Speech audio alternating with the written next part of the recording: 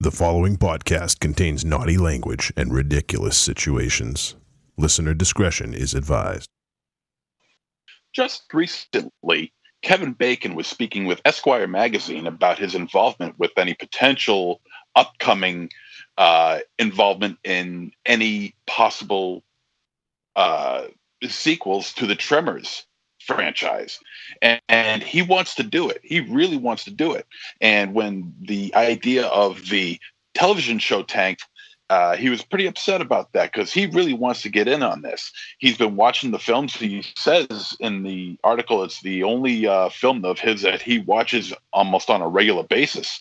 And that shows his taste in movies, because Tremors is just a great flick. And I would love to see Kevin Bacon come back into the series, especially with the way Part 7 ended. I think bringing Val back into the series would be a great way to just continue the franchise. But what do you guys think? I would love to know. And that's all there is to know. Welcome to Trick or Treat Radio.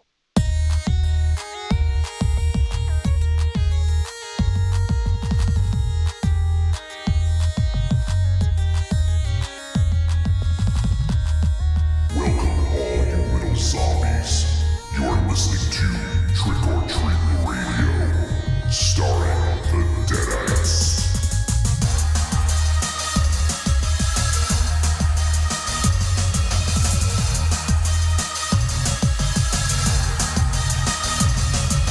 Welcome to episode 460 of Trick or Treat Radio. Trick or Treat Radio is the world's most dangerous podcast and is recorded in front of an undead studio audience here at Castle Wolfenstein, also at the Lair of Lost Swag within the Raven Chateau, also in Casa de Zero, and the Lair of the Gods. We are back once again for another episode of Trick or Treat Radio. And on this evening's show, we're going to be talking about, well, it's at least one of my most anticipated films of the year.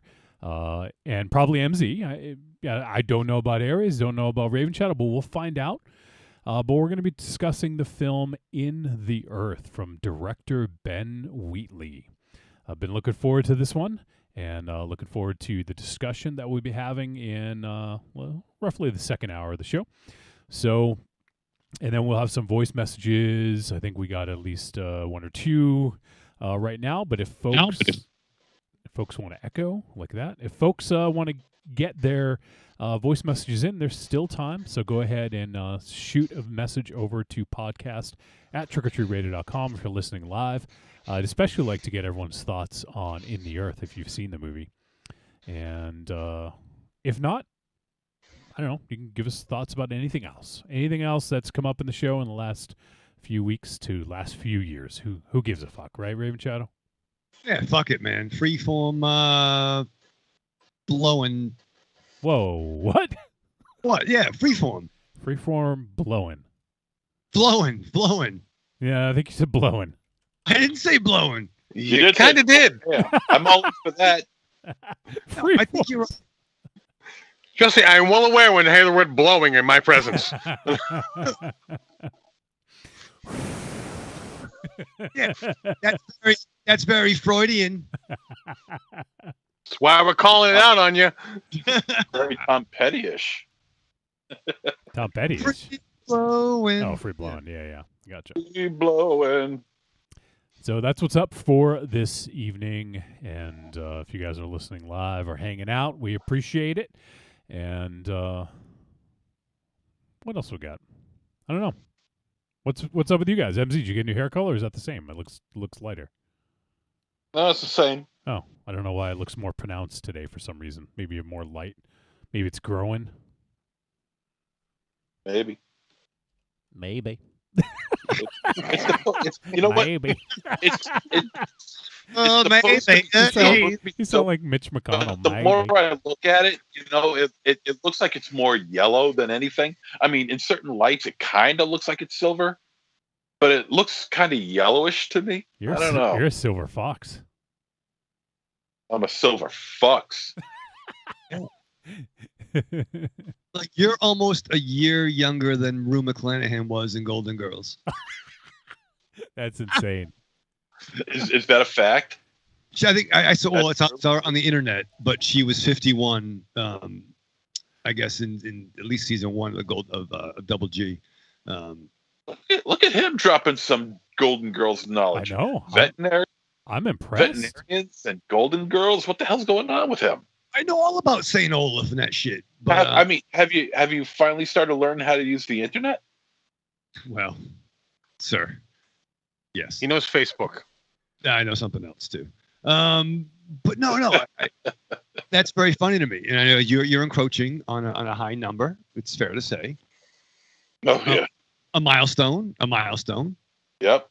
I certainly within a month. Within a month I'll be hitting the big 50. So That's something. That's something we have to celebrate. no, it's not. Yeah, it is. By the way, MZ, I occasionally get like notifications of like new things coming out and screeners and shit like that. This is not a screener, but I just got something. It says new assets available for Borat supplemental reportings retrieved from floor of stable containing editing machine.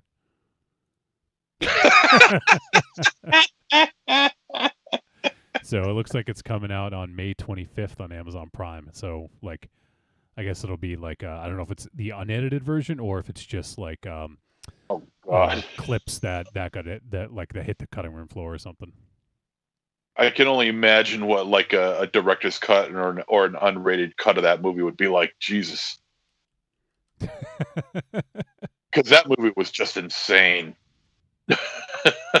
I still am amazed that I don't remember her name. The girl in it who plays Borat's daughter was nominated for an Oscar. Yeah, Bakalova. There you go. Brave. What? That is a one brave actress, man. She had chutzpah.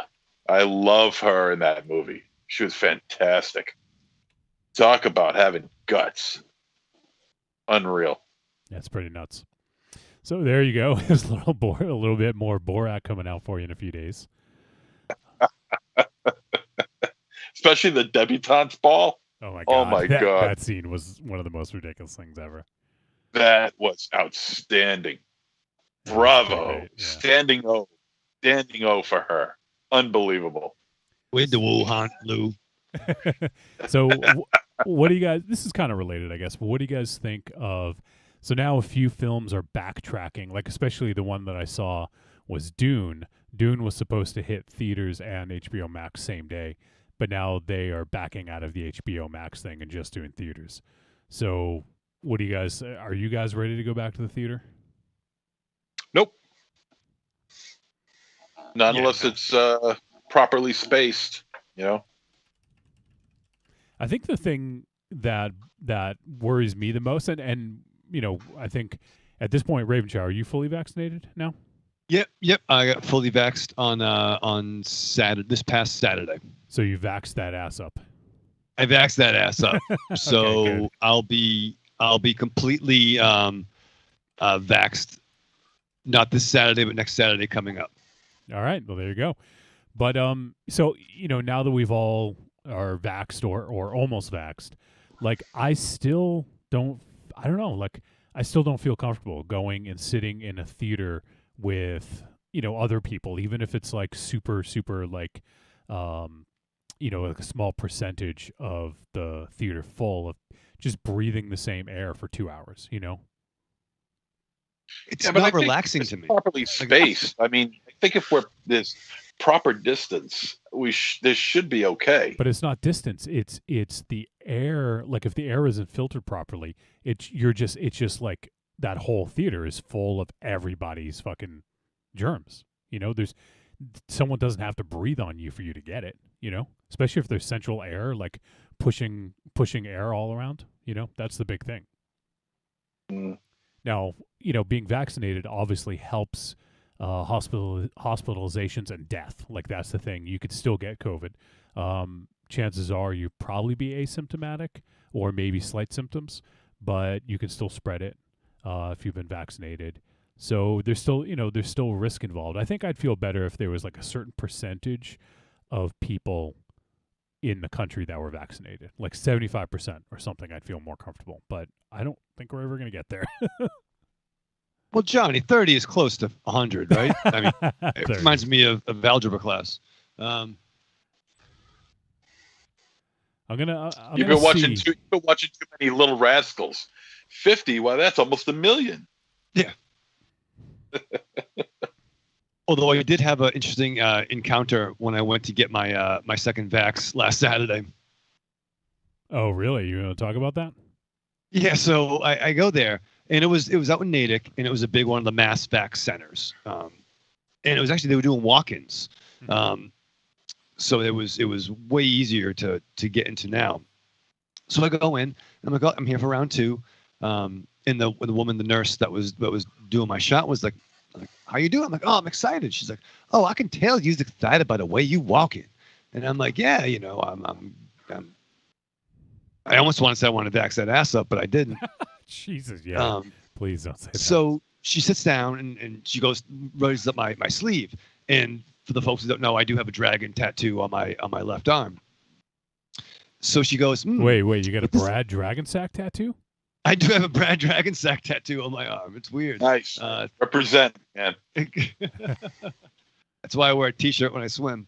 But I raised my sleeve up. And she's like, with this needle, I feel like I'm slaying a dragon. I don't know about that. Pretend. I don't know about that accent. Yeah, what's with the act? I think you should drop that. That's kind of how she talked, though. Okay. I was there. Who was giving you the shot? Hattie McDonald? I don't know who that is. What's going on here? It's how she talked. It was her enthusiasm of it. Her enthusiasms. Her enthusiasm. McDaniel, not McDonald. What am I saying? Hattie McDaniel. Yeah, Eddie McDowell was there. It was very exciting. So with this needle, I feel like I'm slaying a dragon. I'm going to pretend he's a bad dragon. And in my head, I said, he is a bad dragon. But I didn't say it because I thought that'd be weird. Yeah. Jesus Christ. What a creep. You thought that. Why? That's creepy, man. And look, he's face palming already. Aries is face palming already. Actually, this is kind of a world record for him. This is the latest. No, he's done it in the first 30 seconds, I think.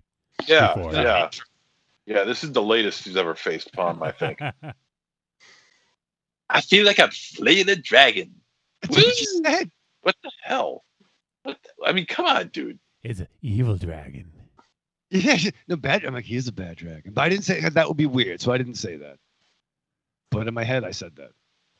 He's a Brad dragon. He's a Brad dragon. That was nice. My God, dude, you got to reel that shit in. That's how the nurse fucking talked. So what if that's how she actually spoke? If she actually spoke that way, personally, I don't think she did. Well, that's a funny thing. So then it was over, and she was like, "Oh, have a good day." I'm like, "Yeah, I'll see you next pandemic." And she's like, "No." I'm like, "No, I'm kidding. Next pandemic. Yeah. And then I got a fucking sticker. Oh yeah? What did it say? Yeah. It said I got vaccinated. I vaxxed that ass up. I think we're missing an opportunity if we don't get those stickers made up. It's true. Right? Vax that ass up. MZ, do you have a permit to carry those guns? Somebody call the vet. Primarily Raven Shadows, because these puppies are sick. Yeah, they are. They look like they're emaciated. Yeah, they should be put down. They're already put down. Look at that. Yeah. There's no raising up. You got the muscle shirt. When are you getting the muscles? Yeah. When are they late? They ship them via Raven. They ship them via Raven Shadow Air. Yeah, use that Amazon link. Yeah. Wow. They're on back order, right? Oh man. So So much. What? So my arms aren't that big. They're bigger than Raven Shadows, for Christ's sake. He probably has more muscle definition than you, though, because he's so skinny. But he's got to have muscle in order to have muscle definition. Yeah, but the difference is he's not wearing a muscle shirt. Yeah. I'm wearing this to keep cool and to look cool. Guess what? Yeah, you're not cool. No, Be cool. No. Only half of that is right. Fuck you.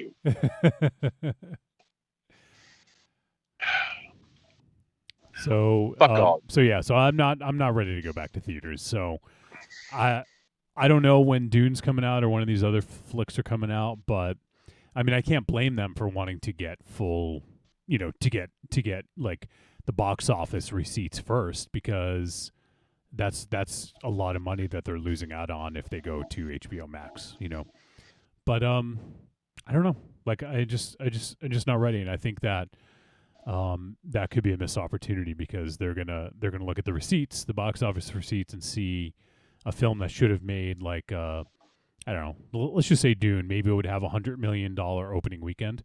It might be lucky to reach 30 million in the first weekend or whatever. Like a big movie.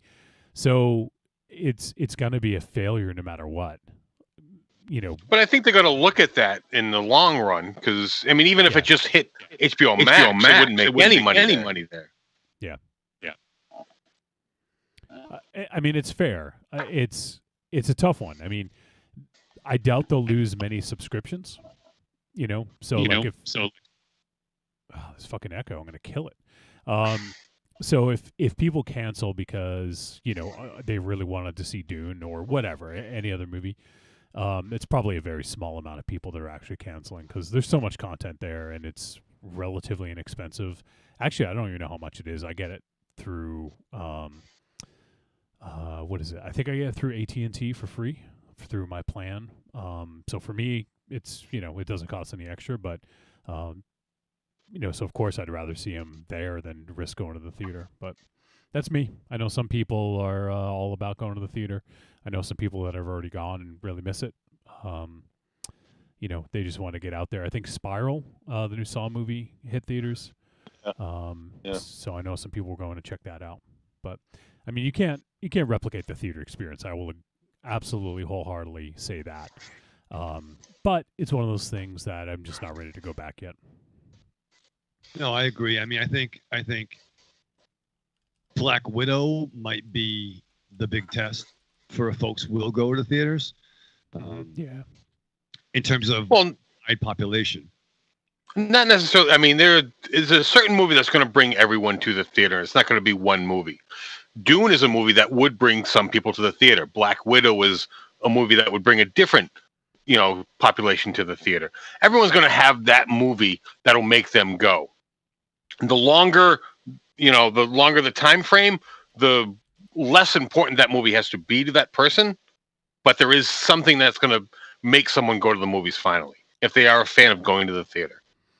Now, Jodorowsky's Dune would get me to the theater, actually making that movie.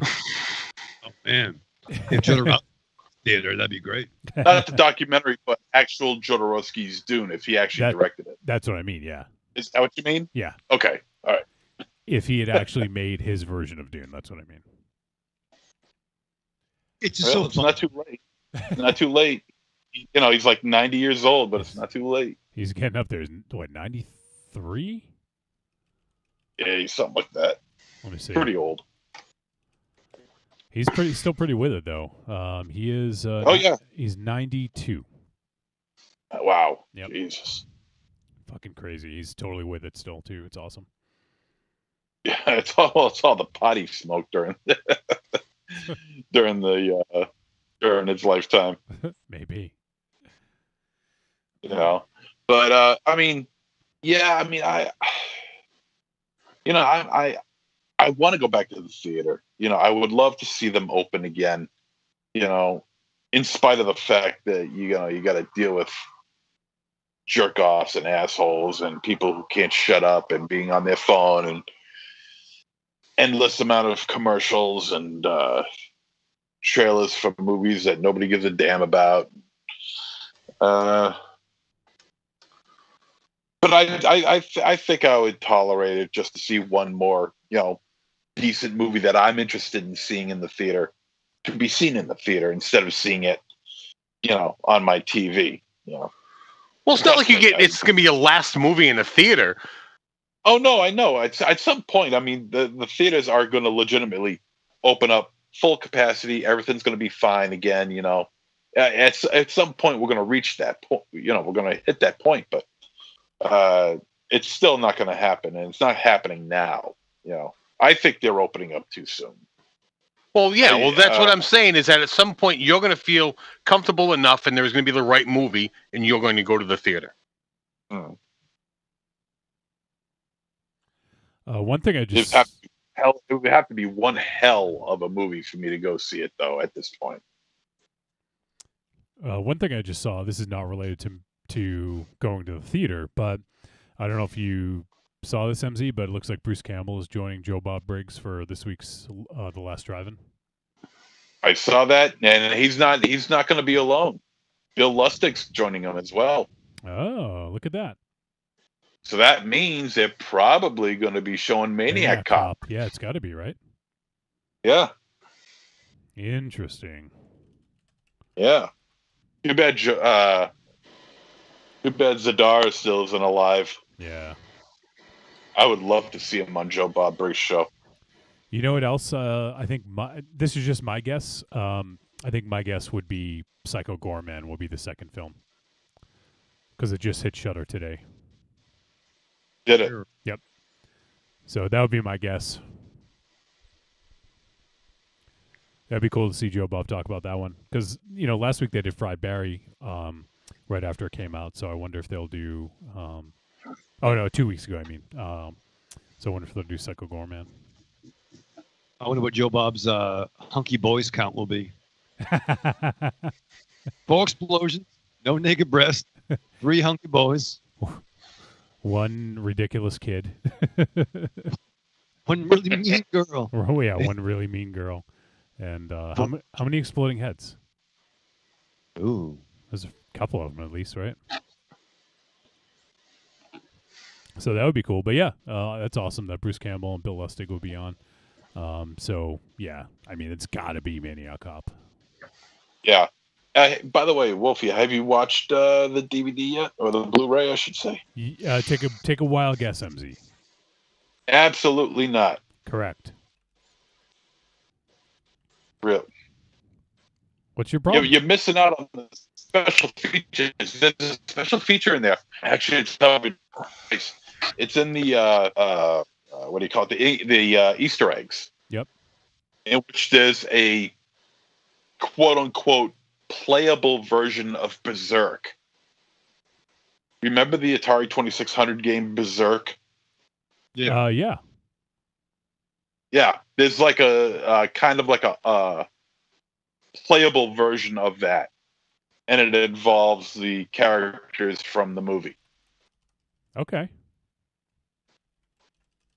I mean, it's not like Berserk. I mean, it's not exactly like Berserk. It's kind of like referencing Berserk. How do you play it with your DVD remote? What? Yeah. You use your DVD remote, and you just guide the character through like a very, very, very simple and small makeshift maze. Yeah, and it's very simple. There's no shooting. It's just walking, really. And it's done with all like 2600 graphics and shit. 8-bit graphics. So it's very, very, very. That's cool. I'll have to check that out. Yeah, do that. I mean, Echo. It's really awesome. Have you seen the cards yet? Yes. I did. Yes, I did. Look at those. I did look at those. I love this cover. I love this cover. You didn't see that yet, Raven Shadow? No, I didn't. It's fucking great. That's fucking awesome. Well, this is the alternate cover. But yeah, look at Adam Brooks. That's great. I think Mary tried to buy it, but it was sold out. They have the regular version of it now. Like this, I think the Huggy Boys edition sold out, but they have like just the normal edition. Okay. It's amazing. This movie, just fucking amazing. How many times have you seen the actual movie, MZ? 4 times, I think. There you go. Hey, if I'm gonna purchase a Blu-ray, Blu-ray. a Blu-ray. If I'm gonna purchase a Blu-ray, I'm gonna watch it. A Blu-ray. He said it again. Well, good for you. I'm proud of you.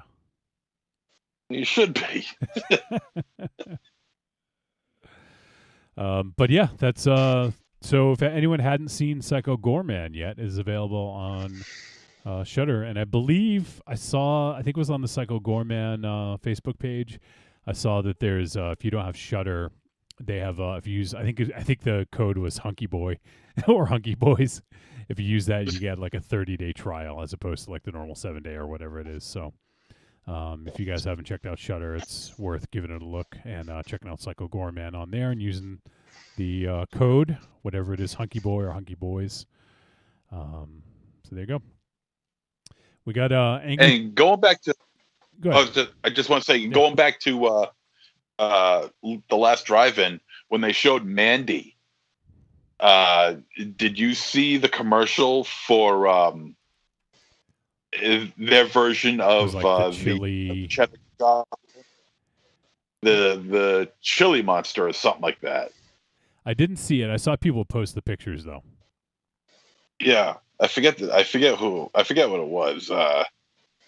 It was some kind. It was a chili monster or a chili goblin of some sort. Funny as hell. Oh my god, it was amazing. So amazing that I forgot what it was actually called. It's good. Looking forward to see. Yeah, was it yeah, I'll take a look for it and see. Yeah, I'm curious. Chili Bandit. Chili Bandit. The Chili Bandit. Oh my god, I love the Chili Bandit. I had a feeling that they were going to reference that at some point. Yeah, it's too good not to, right? The Chili Goblin, the Cheddar Goblin is amazing. Such an unbelievable. I don't know what the hell you would call it. Interstitial. Yeah, I guess that's the word for it. That it became bigger than the movie almost. Yeah. But such a funny character. I would like to see more of the Cheddar Goblin myself. I mean, you don't make a character like that and just leave it alone. I mean, you got to do something with that. You think Panos Cosmatos will make a Cheddar Goblin movie? Ooh, can you imagine? Jesus. Also wanted to mention, Raven Chow, you got some love for your quote, one of your quotes last week at least. Which one? the dinosaurs were right. Oh yeah. It's It was Matt Hanley, right? Hanley? Who is that? Hanley Ramirez. Yeah. I don't know who Matt Hanley is. Okay. Matt Haney. Yeah. Jesus fucking Christ. It's Matchel of Omaha to you. Metro Omaha. Yeah. Yeah, why don't you call him that? Jesus. Metro Omaha. Well, I got fucking medical problems. I got bad eyes. Oh God, him and his medical problems. Bad reading comprehension. That too. Bad memory. Yep. Bad camera because you're frozen right now. What the fuck? I got fucking problems, Johnny. I got a dog with a cone, all kinds of things going on. What's up with Ollie? Is he all right? So I was having anxiety for a long time. So end. Yes. It's over.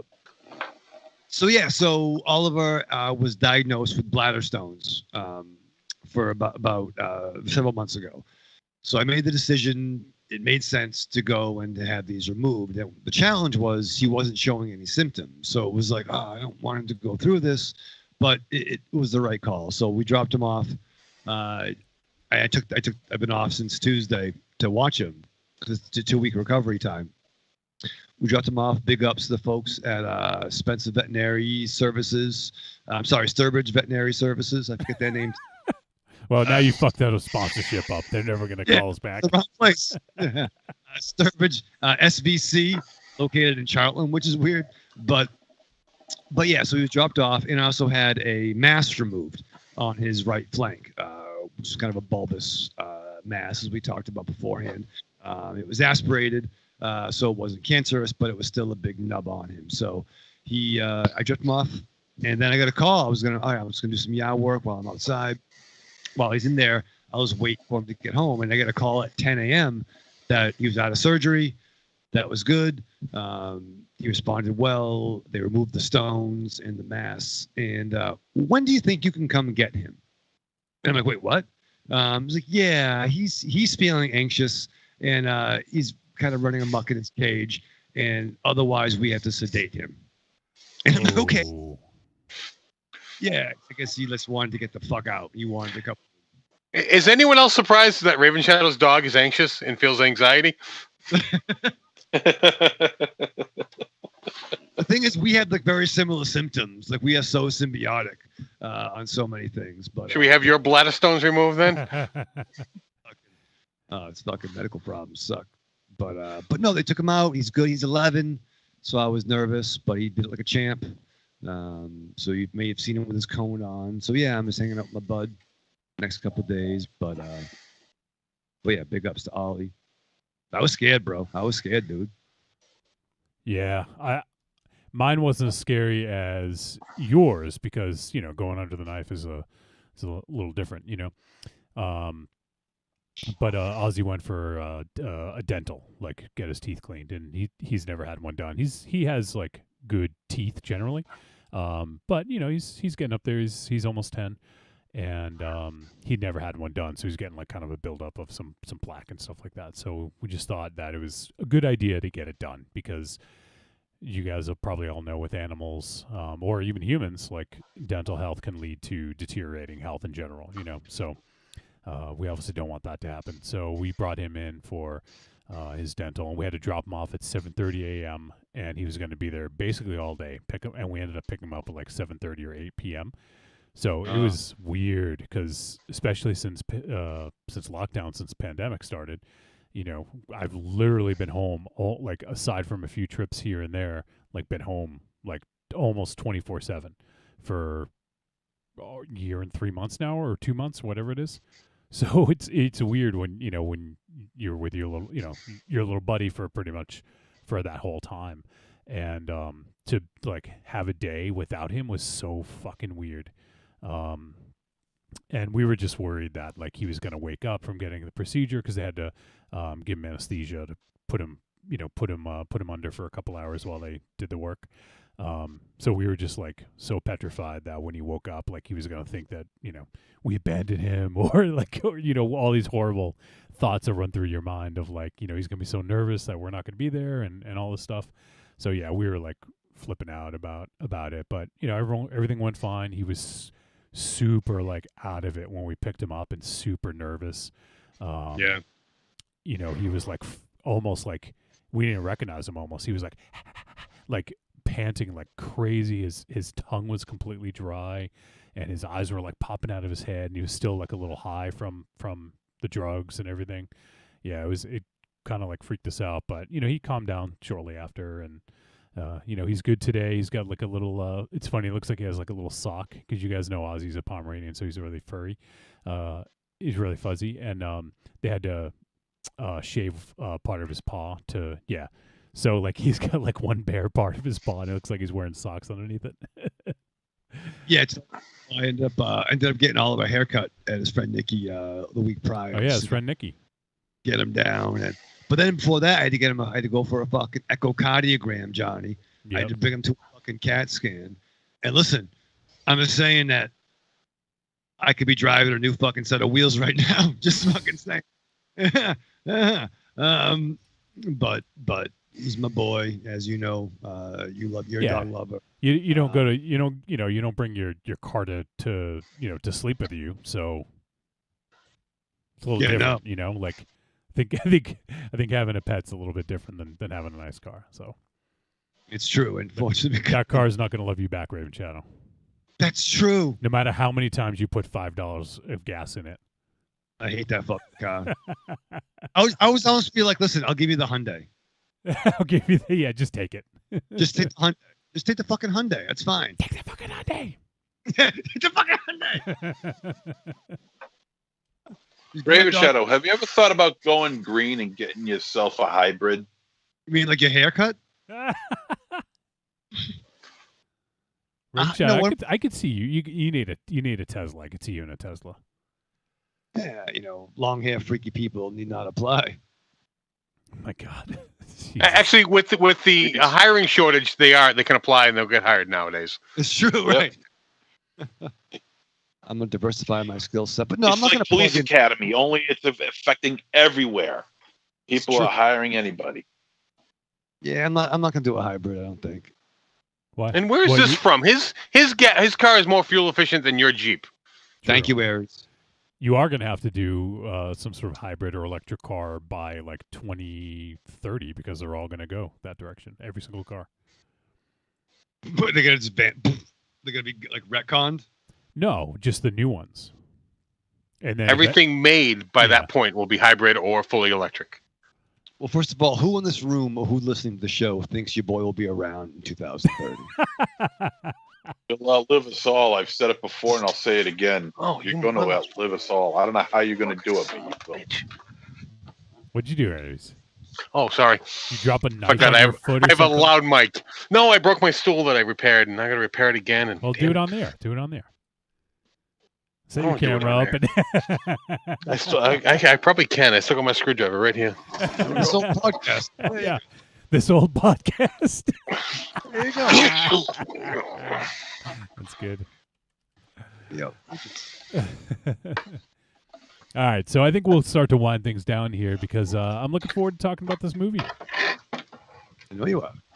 And so, if you guys want to help support the show, there's a few ways you can do so. First and foremost, head on over to our Patreon, patreon.com/trickortreatradio. And you can support the show for as little as $2 a month. $2 a month, Raven Shadow. That's nothing, right? No, it's fucking You spent like 40 times that. No, actually, sorry. 400 times that just this week, right? Yeah, I mean, to be fair, compared to the fucking vet bill I just fucking cut, you could. That's yeah. That's about. Well, I'm just going to go out and say, if it's between us and your pet, spend the money on the pet. Well, yes, absolutely. There's no doubt about that. But in comparison, but Raven Shadow, if you're going to pay that much, you could put aside $2 a month, right? True, right. Overall, that's small dollars compared to the larger one. But listen, what are you gonna do? How do you put a price tag on your best friend? How do you put a price tag on great content? I would say check out Talk Without Rhythm. But if you have extra dollars after that, then contribute to Trick or Treat Radio. Yeah. Take care of your pets, your family, your food, your bills, all that. You know, for less than 7 cents a day. Oh God. Thanks. Oh shit. What was her name? Sally Struthers. Sally Struthers. Yeah. Thanks, Sally Struthers. For less than 7 cents a day, you too can support Trick or Treat Radio monthly for only $2 a month. Holy shit. We should record a promo like that. Have you done the math on that? Is that correct? Figure out the math. And Well, 30 days, $2, 30 days, 7 cents a day, 30 days. It'd be $2.10. there you go. Pretty much. Yeah. Yeah. So for as little as 7 cents a day. For just 7 cents a day, you too can help. Michael Raven Shadow, Aries, Monster Zero, and Johnny Wolfenstein keep their dream alive by keeping the Trick or Treat Radio podcast going. I think we need to get like video of us in cages looking all sad. Cage with Sarah McLachlan playing. No thanks. I do have a very large crate. So do I. That's what my thought was. Like, I'll climb in the dog crate. Not that Sarah McLachlan song. That's a cheap shot. No way. That's what we're about. Low blows. We'd have to pay more for the rights to use that song than. Yeah. That's why I have to charge even more. So yes, as MZ said, less than 7 cents a day. For as little as 7 cents a day, you could support Trick or Treat Radio too. And with that, you get perks. You don't just get like the guilt gone from your fucking like shoulders. No. You get more than that. You get bonus episodes. You get access to the Discord. You get access to the Patreon where you can comment. You can help dictate the topics for the Patreon exclusive shows. And you also get an invite to the Blackout tapes. And if you're in the $5 tier, you get an invite to the Monsterpiece Theater Movie Club. Word. Yeah, word to Snurb, Raven Shadow. Word to Big Bird. So you can help support the show. Patreon.com/trickortreatradio. Give it a look and consider supporting. We'd appreciate it. There's a lot of overhead to do this show. We've been doing it free for, holy shit, how long now? Almost 9 years, right? We're coming up on 9. And we have never charged for the show. We've had some fundraisers and some stuff like that, but this is the best way to help support and to keep things going, because we pay for all the streaming software. We pay for the hosting for the website, the hosting for the podcast, subscriptions, internet. There's a lot that goes into it. It's not exactly cheap, unfortunately. So if you guys want to help support the show, we'd appreciate it. It would warm our cold, dead hearts. It's true. And Raven Shadow's cold, dead lungs. True. Black lungs. Blackened in the end. Black dead. Also, there's another way you can help support us, and that is through the website, trickortreatradio.com. On the front page, scroll down, look for the Amazon logo. You click on it, it brings you to Amazon. Everything you purchase in that session will get attributed to us. Doesn't cost you any extra, Michael Raven Shadow. But it's another way to help keep the lights on. That's right. And it's a great way. You shop on Amazon anyways. Go ahead and click our link. Use it, and we get a tiny little cut of everything you buy. So that's Check. I should have used the Amazon link for the fucking vet. We'd have been flushed like a motherfucker. Yeah, no shit, right? Yeah, if I could use it for my vet appointment too. Yeah. And finally, the final way to support the show is also on trickortreatradio.com. Click on store. You're going to see the greatest hits of Trick or Treat Radio volumes 1 through 3. We've been doing the show, as I said, for almost 9 years. We don't expect everyone to go back and listen to every single episode. So we've made a few greatest hits. You can go back and check out some of the highlights, the lowlights, the midlights, everything in between, the arguments, the interviews, the songs, and the bullshit. Ray Raven Shadow? Yep. Lots of that. Before we head to a break here, Corny says y'all didn't do a Facebook notification, and he is correct, because Facebook stopped doing watch parties. They just got rid of watch parties altogether. Oh, so that's how it would notify people. I would send it to the Trick or Treat Radio group, and it would notify the whole group and say that we're live. So it no longer does that. So I have noticed that people aren't finding it as often. The best way to do it, though, if people want to be notified, is to go to the Trick or Treat Radio Facebook page, not the group, the page. So it'll be facebook.com/trickortreatradio. And while you're there, let me just see the settings. I forget how to do it. You go up to, first of all, you like us if you haven't liked us yet. And then while there, you can look at follow settings and add us to your favorites. Once you choose follow settings and then favorites, will show up in the newsfeed. So that's the best way to do it. Unfortunately, I don't know if there's a better way or if they're going to add something to replace watch parties. Kind of sucks because it was a good way of promoting the show. But I'm not going to do event pages every week. That's a lot of work and a lot of pain in the ass to invite people every week. So I'm not going to do that. But if you guys want to, the best way to do it is go to facebook.com/trickortreatradio and then click on, first of all, if you haven't liked us, like us, and then click on the ellipses, the 3 dots, and in there's follow settings. You click that, and then it brings up a new window, and then you choose favorites. And update down at the bottom, make sure you update, and then boom. I know it's convoluted and complicated and a pain in the ass, but if you guys want updates, that's the best way to do it. Other than that, you could just set a reminder on your phone. Raven Shadow, tell them how to set the reminders on their phones. Oh boy. Send Marion a message. And she'll no, I mean, like you can start to do an alarm. You can do an alarm. You can do an alarm. Alarm. Alarm. I know. So essentially, everyone's phone will beep at them, and they go, "What is this about?" Alarm, salam. Alarm, salam. That's you know what you do is if you have see Corny just said sounds like too much work. I agree to Corny, like like it's a pain in the ass. But that's the way Facebook makes it next to impossible to reach the people you want to reach. But the other way to do it is if you have an iPhone, which is what I have, so that's why I know how to do this. You tell Siri, hey Siri, set a reminder for 8 p.m. on Thursday to listen to Trick or Treat Radio. Then every single Thursday, Siri will say, hey, fucker, listen to Trick or Treat Radio. Ooh. I wonder if by you saying that, everyone with an iPhone now has that reminder in their phones.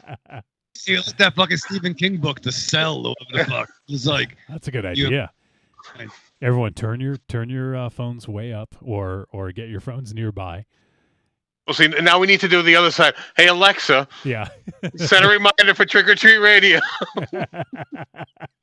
Hey Siri, set a reminder for Thursdays at 8 p.m. Eastern Standard Time to remind me to watch Trick or Treat Radio on trickortreatradio.com. There you go. So, to be fair, we used to know what time to fucking watch shows, right? I mean, like Welcome to the new millennium. Was on at 8. You know what I mean? Like Monday Night Raw was on at a certain time, 9 p.m. Like, check your local listings, but just like sure, things come on. But things are different now because everyone has DVR or they watch it like at their own leisure on like a streaming service. So yeah, I mean the kind of like calendar viewing or event viewing is no longer really a thing for shows or movies or whatever. So people just assume they can go watch it whenever they want to. Oh yeah, well, And also, we're not the most reliable show because some of us can't get our asses in the couch at 8 p.m. Yeah, fucking MZ. Motherfucker, I don't sit in a couch. I sit in a chair. You sit in a couch. Well, in his defense, he was here before you were tonight. Yeah. Deal. Yeah, how about that? Huh? How about that? Oh, 1 or 2 or maybe 3 times at most. Out of how many episodes now? I don't know. Recently, he's been beating you, though, most nights. Yeah, it's true. Hey, so long as I get here before the show starts. We're waiting for you. Even when I was here, we were still waiting 10 minutes to get on. So it's an invalid point. Evil Corny says, Raven Shadow, call me when you all start every week or I'll pumpkin bomb you. All right, you better stock up on those pumpkin bombs then. Yeah. I'll send a message. I'm like going live. I do that for other people. I'll be willing to bet next week you forget to send that message. Corny, remind me. Corny, don't do it. Wait, let's put a wager on this. Corny, wait. Do you really think that's going to happen? You think Corny's going to remind him to remind Corny? No, but not at the same time, though. He'll remind me at 6 p.m., and then I'll take the baton, and I'll remind him at 8-ish p.m. But then again, at the same time, we're making such a big deal about this. He's going to have to remember it. He's got no choice but to remember it. There you go. If we just said it nonchalantly saying, have you met Raven Shadow? Remind Corny this or remind someone else of that, he'll forget about it. But because we've built it up so much, he's got no choice but to remember it. Have you met Raven Shadow? I'm afraid I have, and yes. I really forget it. He will not remember. I'm just Corny right now. We're lucky he remembers to show up in his own house every week. True. Aries actually made a really good point. It's that lucky. Aries made a really good point right before we're getting ready to do the show. He's like, I think my messenger was broken this week because no one asked which movie we're doing. Like that's like pretty much almost every week. So one of you guys didn't watch it, or you finally got a good fucking memory? No, I got a shitty memory. You know what I do? Because now, ever since I switched to the tablet, when I find out what the movie is, I immediately put it in my phone. See, that's how you use the phone, Raven Shadow. You put it in for your notes. Oh, It has a note. There's a note in there. There's a notepad in there. Put it in your notes. That way you remember something. Doofus. There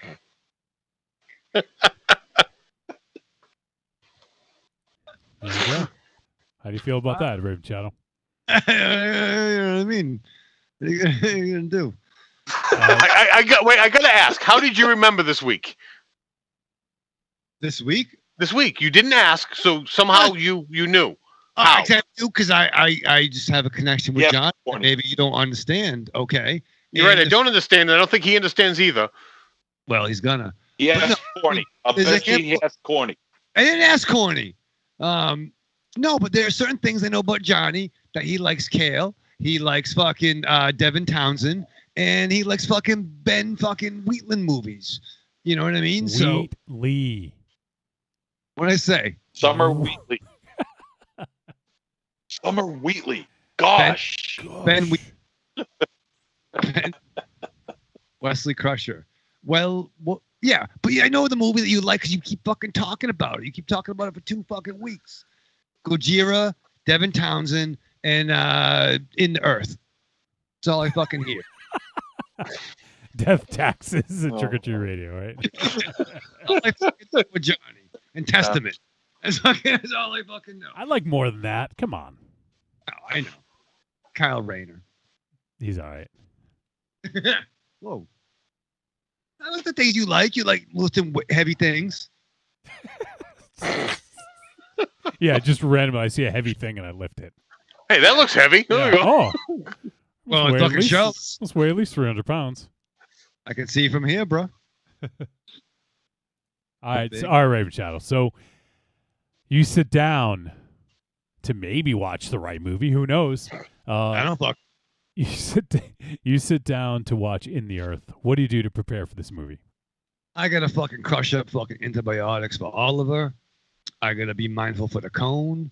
I gotta be mindful he's not licking his stitches or under his fucking britches. I gotta fucking I gotta fucking draw a fucking needle down to 1 to shoot him his painkillers on the side, which he hates. And I get anxiety. I had to fucking mow the lawn. That sucked. I had bushes running amok, did that.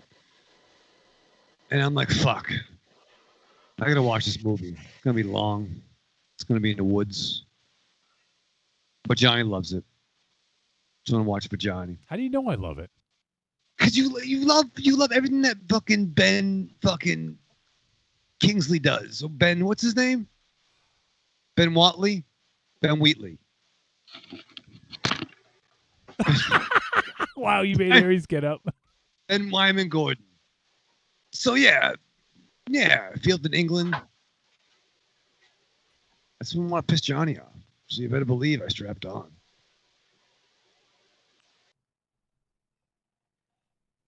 Muscle. You're either in it or you're dead. It's the dawning of a new age. The halls of Valhalla have been shuttered.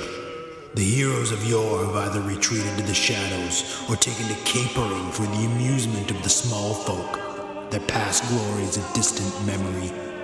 The barbells have been torn from their once puma-strong grips, the beards shorn from their square jaws, only to be transplanted onto flannel-clad, puny weaklings with fingers barely powerful enough to strum a ukulele. The time has come, my brothers, to restore order from the chaos. No longer will our heroes be forgotten. No longer will their great deeds be viewed through a foggy lens of irony. Hear now our rallying cry as we scream it from the mountaintops, as we bellow it from iTunes and Libsyn and Facebook. It's time to join the cult, my brothers. So don your cloaks and enter the cult of muscle. I'm Alex West. And I'm Andrea Subasati, and we're from the Faculty of Horror podcast. And you're listening to Trick or Treat Radio. Oh, delicious nerds. Ms. M knows you like to chat it up with other sexy shut-ins about comics, movies, video games, and your favorite TV shows. If that sounds like you, cuddle up to the Trick or Treat Radio Facebook group, or the FIB. That stands for Fan Interaction Board. Just go to Facebook and search for Trick or Treat Radio and have more fun than a Jedi at a lightsaber sale. Not enough? Watch us on YouTube, The Deadites TV, all one word. Last but not least, check out the world's most dangerous talk radio show, Trick or Treat Radio, at trickortreatradio.com. I could be standing outside a woman's prison in a fistful of 50s and a bouquet of dildos, and no woman would come near me. Did you say a bouquet of dildos?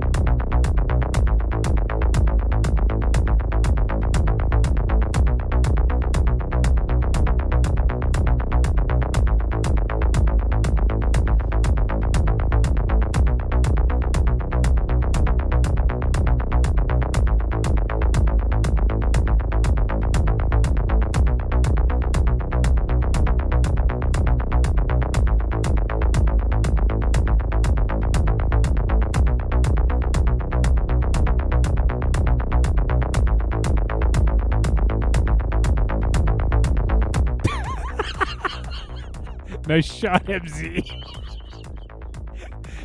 Well, why are we being punished? What the fuck is going on? What the fuck? Why are we seeing MZ's crotch? What the fuck?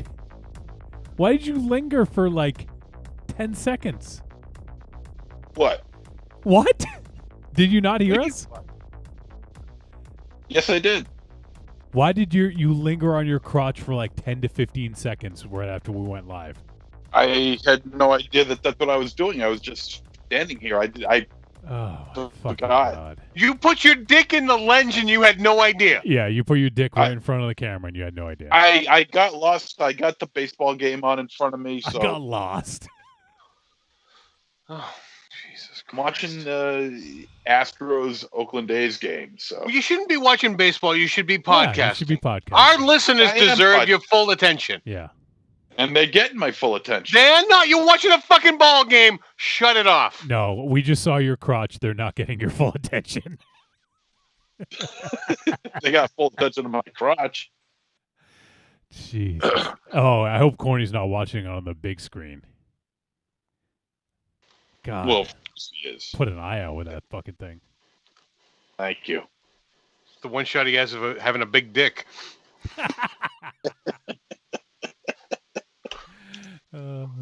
First he's wearing this fucking showing off his guns, and then he's showing off his fucking crotch. Jesus Christ. Violating the listener's eyes. Or the viewers, I guess, in that case. Wow. All right. Well, I was going to start talking about the movie, but holy shit. Had our senses assaulted.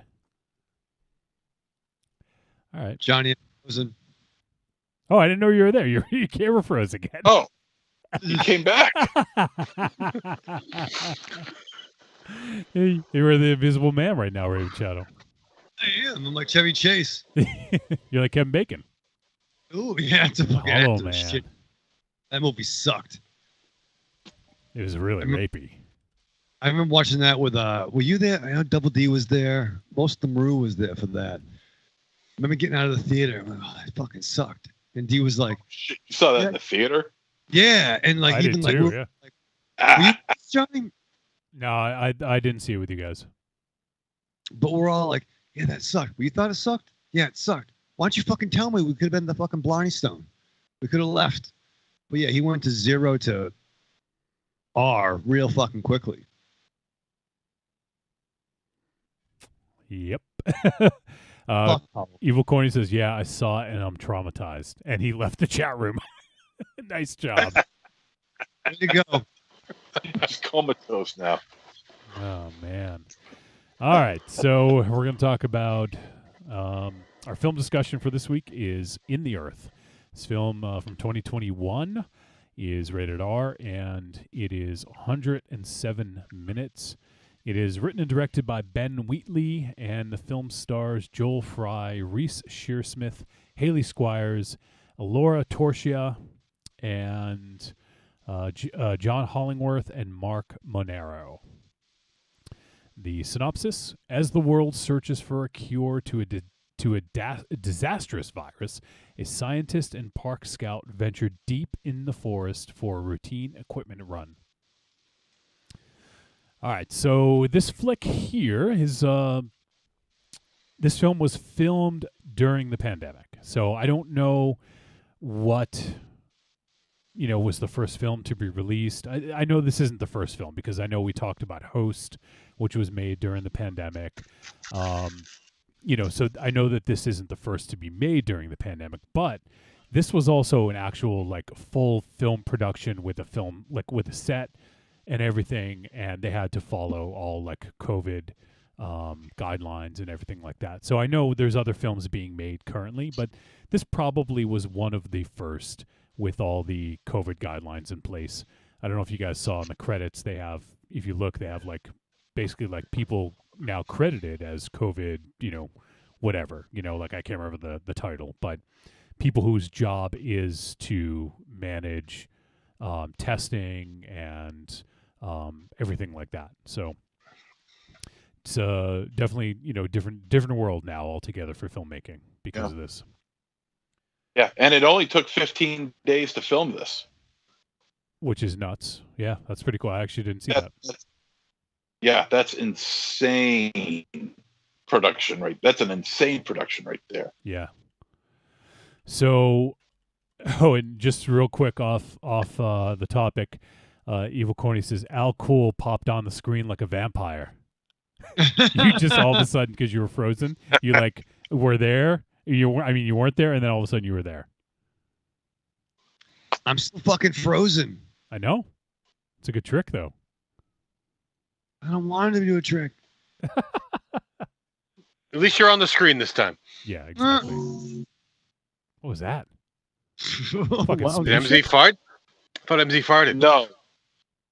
Motorcycle, I think. Oh, Jesus, sound like a fucking spaceship zoom by your fucking house. All right, so In the Earth, as Raven Shadow foretold in just before the break there, I am a fan of Ben Wheatley. I know I'm not alone. I believe MZ is also a fan of most of his work.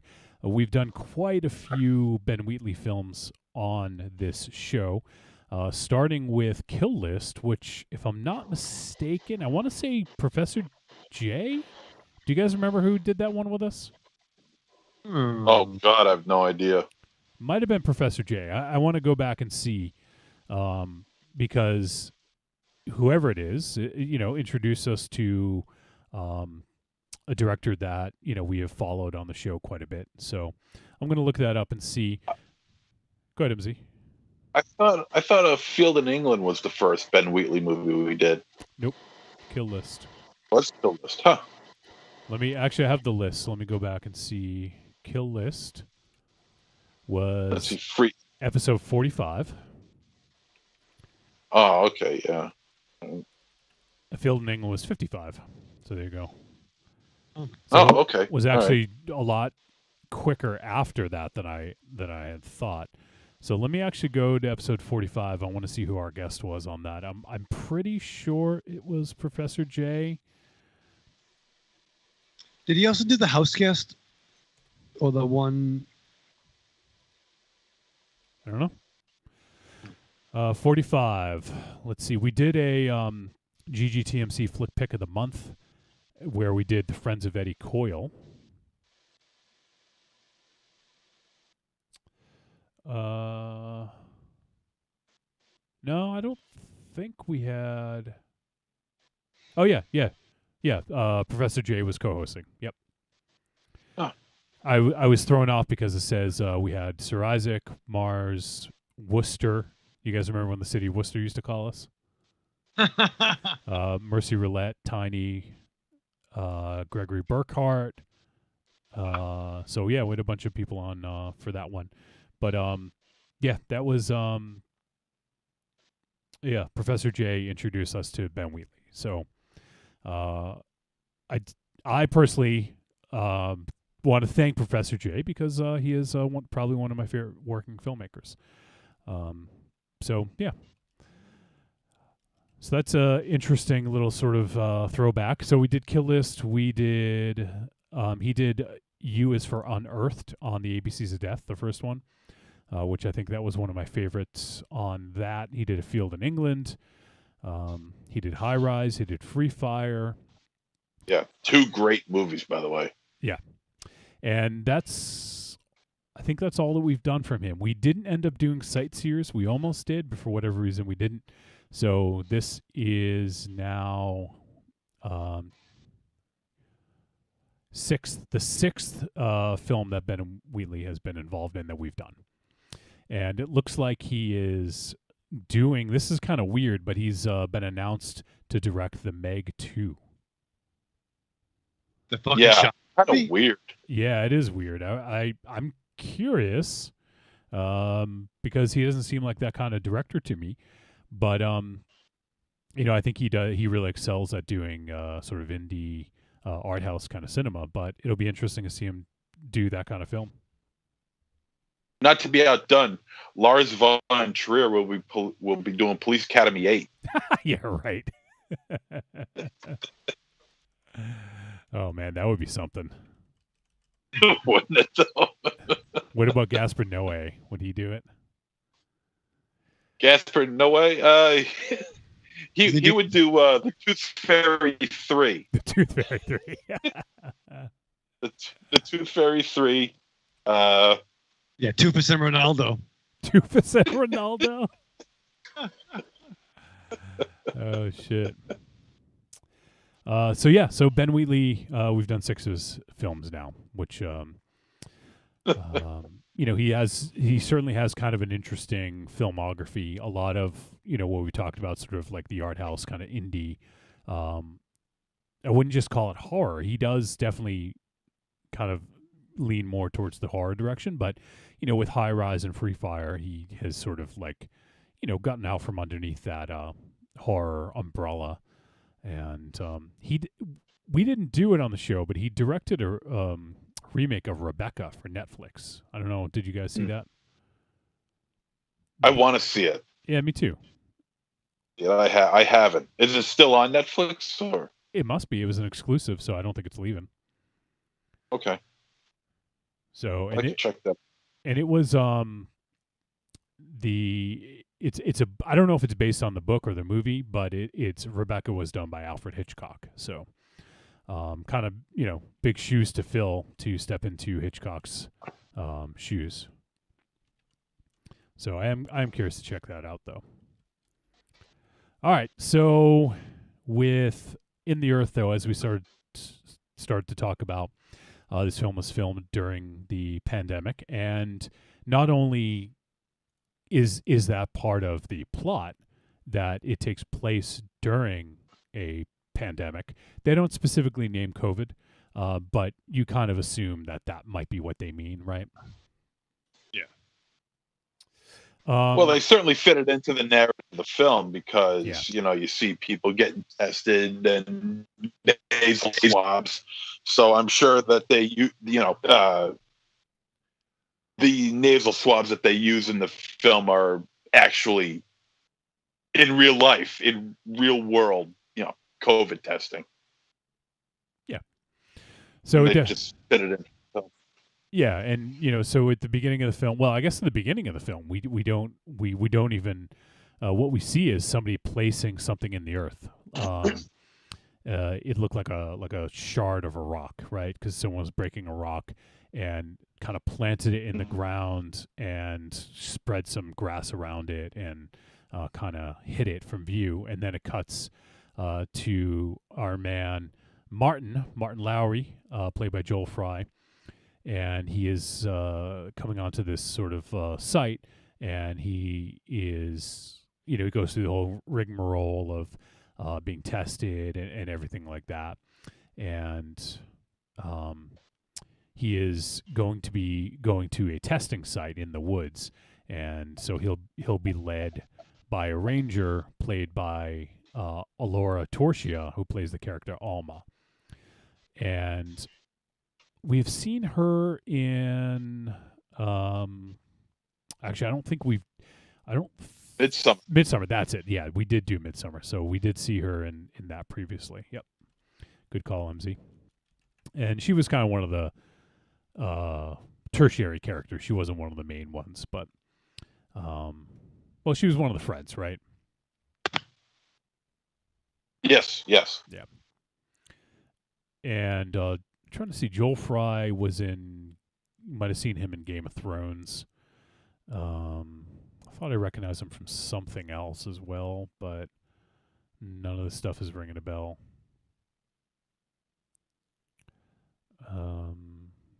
Yeah, nothing else. I don't think anything else we've done on the show, but he's done some TV and some film work previously to this. So, so as he's going through the whole like kind of testing and just making sure that he's not infected and he's okay to be around people, and then he meets with Alma, and Alma starts they're in this room kind of getting ready, and he sees this picture on the wall and asks kind of about it, and what's that all about. And so Alma tells him it's about Parneg Feg, which is like kind of like a folk tale in amongst locals, and even that, like, kids were kind of told these stories, and kids drew pictures of what Parneg Feg might have looked like, and I just thought that was a really cool picture on the wall, and so there are some references to folk horror and also to kind of the occult in this, although I don't think that's not the main theme here. That is certainly a theme, but it's not the main theme. There's a lot to this. This is kind of a dense film that may be difficult to fully discuss, but there's a lot of really interesting things going on in it. Trying to think of where to take this discussion, because there is some stuff that I do want to talk about. I want to talk about some of the themes of it, because I think that some of the themes that run through this, I feel, aren't going to spoil the movie to talk about them, because some people may not even notice them while watching it. Because to be fair, I ended up watching this 2 weeks ago when it first came out. I actually saw Corny post about it, and I was like, holy shit, that came out, because it was supposed to be theater only, and I hadn't seen anything about VOD, but they just kind of surprise dropped it on VOD. So I checked it out that weekend that it came out. I couldn't wait, but I wanted to revisit it because I wanted to be able to talk fresh about it. So I watched most of it. I skipped a little bit here and there in the second viewing because I wanted to just be able to watch it from a different perspective, and with having seen the whole movie, and then being able to sort of look at some of the details in a different way. And I was able to view it in a different way. Now, I guess to get into the discussion here, I want to bring you guys in, but did you guys feel, what did you think overall? Like, you don't have to give your opinion whether you liked it or not, but like, do you feel this was like just sort of like an on the surface movie? Like what you saw was what you got? Or do you guys feel there's something more of a message behind this, or more beneath the surface? Do you guys have an opinion on that? I definitely got the feeling there was a lot more to this movie, more than I was grasping as I was watching it. Yeah. I think a second or a third viewing, you would probably become more aware of a lot of the subtle things in this movie. Mhm. Yeah, I agree with Aries on that. I mean, from what I saw, I took it as a surface film, but I would have to agree with Aries. I think that I mean, this is a Ben Wheatley film we're talking about here, so it's not just cut and dry. It's not just a cut and dry film. There are layers added. Upon my first viewing of the film, I sort of got the idea that there were layers here, but I didn't exactly, commit myself to that thought. I felt that this was pretty much a surface film. But, like I said, I would agree with Aries. I think maybe a second or a third viewing, those layers would come through a little bit more clearly. Yeah. I think on the surface, this film works. It's a little odd. Like when you're watching it, you're like, what the fuck's going on? What's with these sounds and lights? And what's with this dude, Zach? And, so I can see it being slightly confusing. But on second view, a lot of the things that could have been confusing were more clear to me. So I'm gonna just lay my theory out on the line for you guys, and you guys can just we can discuss. You can tell me if I'm fucking crazy if you didn't see it. So I think what they're talking about is they're talking about Parneg Feg, basically this nature spirit or just nature in general. Like it's really sort of like wide open as to what the interpretation is, but the idea is that nature called them, right? Like especially the three of them. It was Martin, Olivia, and Zach. They all had the ringworm. You guys remember that they talked about that. So the idea is potentially that maybe nature gave them the ringworm and called them to this location, So there's this theme of nature and this spirit and the woods sort of coming to life.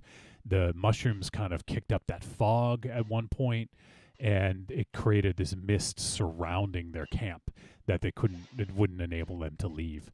So the scenario that was set up for me, I think it was a parallel or like an analogy for the problem that we face right now with COVID, like a pandemic. It's this inescapable problem, right? How do you escape it? What do you do? And I feel that we had the two different characters. We had Zach and we had Dr. Wendell. And one of them was religion and one of them was science. So when you guys think of anything happening in the world with government or anything like that, we always have the two sides. I mean, it's not just the two, but they fall into a big bucket of religion and science. Are you guys with me? Do you guys agree with the fact that you fall into like one of these buckets?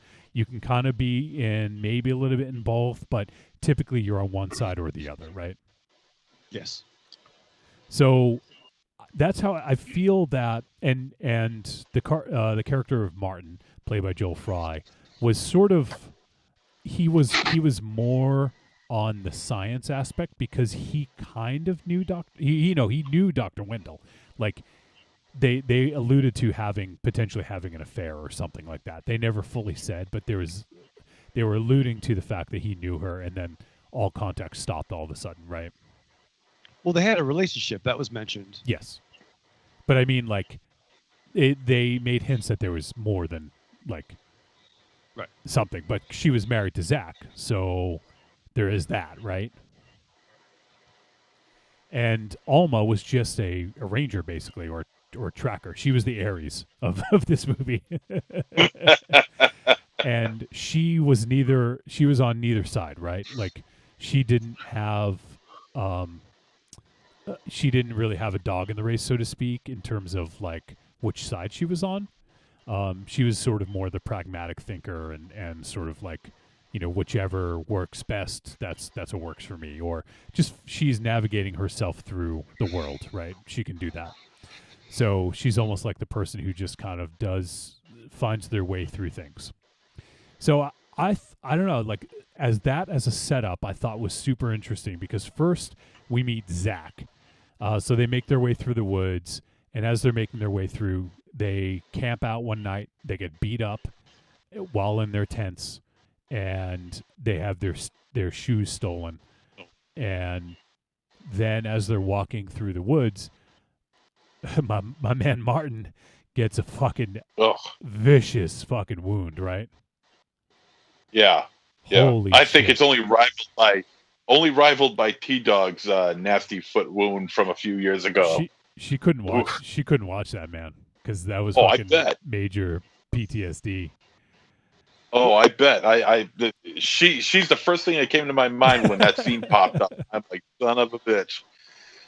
I'm sure she's watching this, and I'm sure she's freaking out. Yeah. But that tense scene was pretty intense too, if you will. Well, you knew I was going to go there. But it was like picture like the Blair Witch thing. People trying to like get your tent, but they're really hitting you for real. Yeah. Yeah. So I didn't know what to expect. Right. The next day. So you didn't know. I mean, we don't know what it was. Like it could have been, fucking Kevin Bacon as Hollow Man, right? It could have been anything. We don't know. And to have their shoes stolen and that's it. It's kind of like, what the fuck, right? So, and I think prior to that, they had come across an abandoned tent. So they were kind of a little bit on alert anyways. And then, Martin cuts his foot, which my guess is that cut was caused by the very opening scene, right? When the guy's putting the rock. Yeah. Exactly. So that was kind of set up and literally the seed was planted early in the film because that sort of like was a major sort of point of what happened here. And so once that happens, Zach takes them in and offers to take care of Martin's foot. And he's being super nice to them and taking care of them and feeding them and giving them drinks. And I thought it was a really cool scene when he gave him in the Dixie cup of like the tea or like the homemade drink that he made with plants. And he kind of explained what was in it. And they're like, oh, this is really good, and they were really into it. But very shortly after that, they were like basically passing out. So there's something in that caused a reaction for them to basically fall asleep. And as they're drinking it and sort of like drifting off, he's playing his guitar, and it was a really creepy scene, I thought. And he was just talking about how, you hook them with kindness, a few nice words, and it builds trust. I don't remember exactly what he said, but it was a really kind of a scary thought because they trusted him to help them out. And that's kind of where on the second viewing, that's where I got the idea that he represented religion, because religion would do that, right? They talk all nice, that and they bring you in, and then they kind of hit you with a bunch of bullshit that you believe or not, And the thing that really drove that home for me is when he decided what was best for Martin's foot, right? Yeah. Either take care of it there or to go to the hospital. Right. And he's not a scientist. He is he was almost kind of like an artist. Because he took pictures of them. Well, he knocked them out and then put them in like these robes and took pictures of them and put like these the things on the white like slits on their eyes. It was really fucking creepy and like cool visuals, but like that's fucking creepy to knock people out and like dress them up and take pictures of them, right? Little weird. Rape Little Child's weird. like, no, that's a Friday night. Yeah. Speaking of religion, though, once again, he'll give you shoes. Come back to my crib, and then once again, you get a long-haired guy playing acoustic guitar. Yeah. Fuck, he thinks he's Jesus. Yeah. So that's where that kind of came from. Watching it the second time, I was like, holy shit, because it's the whole kill him with kindness and then bring him in. And he talks about making offerings to Parneg Feg, like offerings to the woods. I can't remember what he called them, the spirit or whatever he referred to it. He was all about making an offering, and he knew best based on like his own faith. Oh yeah, your foot's really fucked up. Like you need to amputate your toes. I know what's right. I'm going to do it for you. Don't consult scientists or medicine. I know what's right for you. And that's kind of when it kind of to take hold for me, because the first time I watched it, I was thinking he was like the artist, but the second time I was like, no, this dude is like, there's more going on here than is on the surface, Oh yeah, and you can't trust a guy who has a workshop in a fucking tent. Like, don't go in there. It's my fucking workshop. Sorry, Aries. But yeah, there's some red fucking flags. They got two choices. You can go to the hospital. Meanwhile, they're fucking tied up. Why would they even think that he would bring them to a hospital with no fucking cars? That's not even an option. Yeah, true. You know what I mean? Like, once again, he's preying on there. We could go. Otherwise, my axe is pretty sharp. Yeah, exactly. So, they're with Zach for good, I don't know, 20, 30 minutes in film time. And then they devise a plan to get away.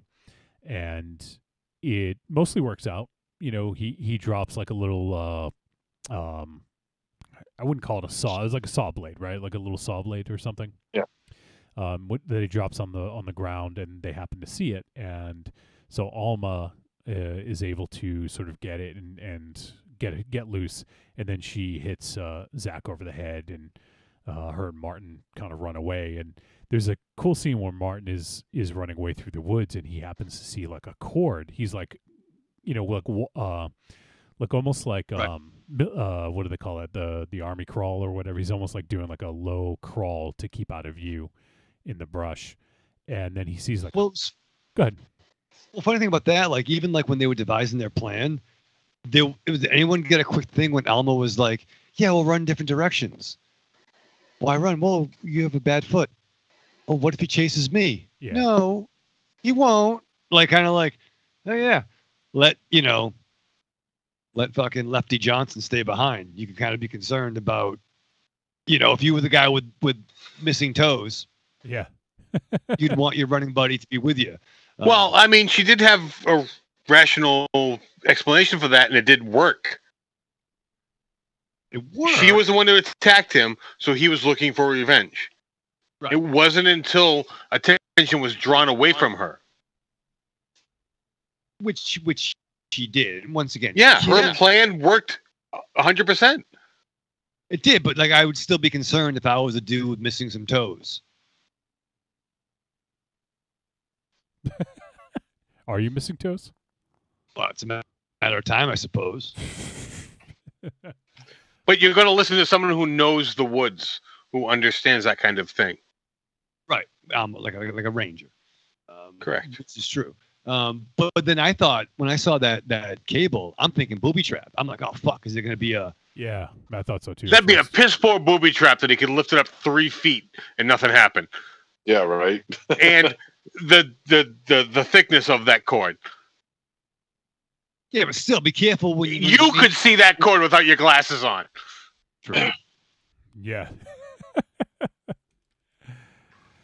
So as they're getting away, they get separated, obviously, and Martin, as we mentioned, finds this cord, which ends up being like a cable cord, like a guitar cable kind of cord, and he kind of follows it, and I guess it's a XLR cable. It's a mic cable. Yeah, mic cable. Yeah. And he gets to a tree, and there's a microphone hanging down with like a little contraption to have the sound kind of bounce off of it, and he talks into it and asks for help, and then all of a sudden he hears like feedback, and then someone was talking to him. Who is this?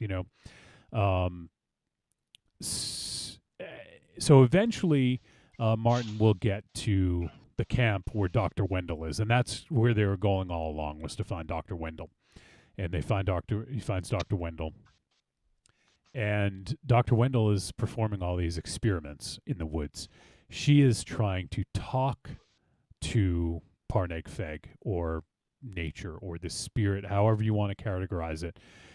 She is trying to communicate with it, to learn its language and to communicate with it. And there's this really cool, I thought it was a really cool visual setup, where she had all these lights and like the speakers, and she was playing music based on like the I don't know best to describe it, like signatures that she was able to record from listening to nature. Basically making music to communicate with nature, which is kind of it's a pretty crazy concept, but I thought it, like, visually and audio wise, I thought it worked really well, and I thought it was pretty cool to see and hear. But don't they say that, like, you play music for like plants and shit, you talk to them? Yeah. Yeah. Like Mark Wahlberg and fucking, how's your mother? That kind of shit. Well, she's talking that she's actually recorded sounds that no one can hear, and she's playing them back on a level that everyone can hear. Yeah. Like, she has devised a way to record sound that no one can hear and playing it back in a different frequency that everyone can hear. And that is what you're hearing. Yeah, they say that she says that the trees can sing to each other and things like that. You don't hear it, but she has the ability to record that stuff. So here's the part. So I talked a little bit about Zach. Here's the part where I think, and it's more clear about Dr. Wendell, but she represents science. Obviously she is doing scientific experimentation. So she represents the science aspect. And that's why I feel like we have two parties trying to deal with this problem. We have religion and we have science. Now, that's kind of almost how it works out with COVID. Like, I don't know if I'd say religion, because a lot of the people that are against the science, I wouldn't call them super religious. But conspiracy theorists or religious zealots or whatever you want to call them. But we have science on one hand. We got the Fauci ouchie. We got all the scientists on one side, and they're looking at evidence of what can we do to stop this? What can we do but the other method is to just kind of let it be and don't do anything, because they don't specifically say a hoax in this, but you almost feel like Zach is just what am I trying to say? He reviles, like he thinks that this thing is worth sort of worshiping, and so I'm not saying that that's how people react, but I think people will react to the ideas behind that. The religious people, the conspiracy theorists, they give belief to these things that are not true, right? Well, he made a point too. The people are coming to him. Yeah. They came to him. Yeah. They're not escaping the cities to be safe. No, they were drawn to his path. Well, and he's bringing them in too, right? Like, he is, like, in a sense, when people come to the forest, he is attacking them and bringing them to him, right? Well, he took their shoes, right? He's the one that jammed them up. Yeah. Whereas Dr. Wendell is just kind of doing her own thing, and she would probably prefer to be just left alone, right? So, I'm not saying that my theory is correct. That's just the idea that I got while watching it the second time, and it's just this interesting. And so I think that I saw some complaints about this film. Not, like, really the only thing it had to do about the pandemic was the testing. Like, it takes place in a world where there's a pandemic, but there's nothing about the pandemic in the actual film. But I beg to differ. I think that the problem that they're investigating in the woods is an analogy for a pandemic, for something that affects the whole world, right? I think it's a little too heavy-handed, and at the same time, a little too vague with that, because they put this in a world of a pandemic, but what their experience is very isolating. I think they should have left the world in, let the world be, and have just this story be a story of a micro pandemic. That's they could have told the same story without having the world be in a pandemic, and just gotten the same story across, because it is just very beyond. Once they get into the woods, there's no more of the outside world. Well, for me, I think that is a reminder. So if people watch this in 5 years, it's a reminder that this movie took place during a pandemic. So maybe that will be in your mind, that this movie took place during a pandemic, so that maybe you will juxtapose the problem of a pandemic over the problem with nature that they're having. That and that's simply my opinion. I didn't read anyone else saying that. Because yes, I mean, why put this in a pandemic other than just saying that you could put it, you said it during a pandemic? But I actually think that it does matter. Well, simply because I don't think the way they portray him coming in from the outside world into this world, it was just kind of very half-ass. They, spray him down with whatever very lightly, and they welcome into the house, and then he's free range as they're still testing him. Like, I don't think the pandemic aspect of it was taken too seriously to portray that correctly. Like, there was no isolation protocol as he's entering this house, which, if you're spraying you down outside, there should be the transition from the outside world to this forest world should have taken multiple days in isolation. Well, and he was in isolation. They did ask him that, and he said that he was in isolation. But I mean, that was a trust thing. Yep. And if they 100% believed him, there wouldn't have been the spray down and the testing. I think they could have had time elapse and shown that isolation there if they were going to go that route. I just feel it was just the whole real world pandemic was just glazed over too much for me. But it was still early on at the time of the filming of this, which I assume would be early last year. The protocols for staying safe was still pretty much up in the air as to what to do. So it was probably Wheatley's, vision of what we would do, when something like this came around. Like, it wasn't fully formed yet, but Wheatley injected his own ideas as to what we would do as a society to protect ourselves, with the spraying down, with the nasal swabs, and using hand sanitizer all the time, which it's probably a combination of Wheatley's vision and, not to mention, just common sense. Well, I mean, did have that nailed with the hand sanitizer, that as soon as they walked in, everyone elbowed the pump and got the sanitizer. Yeah. But by the simple fact that two people came out to greet him, one in a full isolation suit and the other one in a disposable mask. Quick spray down as soon as they're inside, then he drops his mask. It's that, that's a problem with me with the whole thinking into the future for the isolation.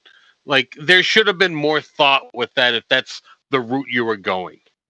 I mean, me personally, I don't feel like the pandemic idea really mattered that much. I think it was just added into the story. My idea, I mean, my opinion. I think it was just added into the story, for the sake of for the sake of the story, just throwing it in there, and maybe enhancing the story a little bit. I don't know, but I just, I think it was just a way to get the film made.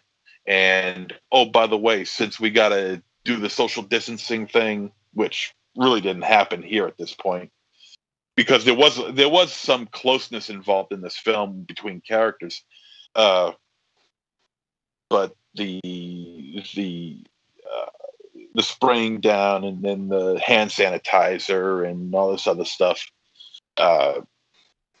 I just feel like it was put in there just at the beginning, mentioned, and then it was kind of forgotten about as the film progressed, because it wasn't even about, at that point, to me, it wasn't even about the pandemic anymore.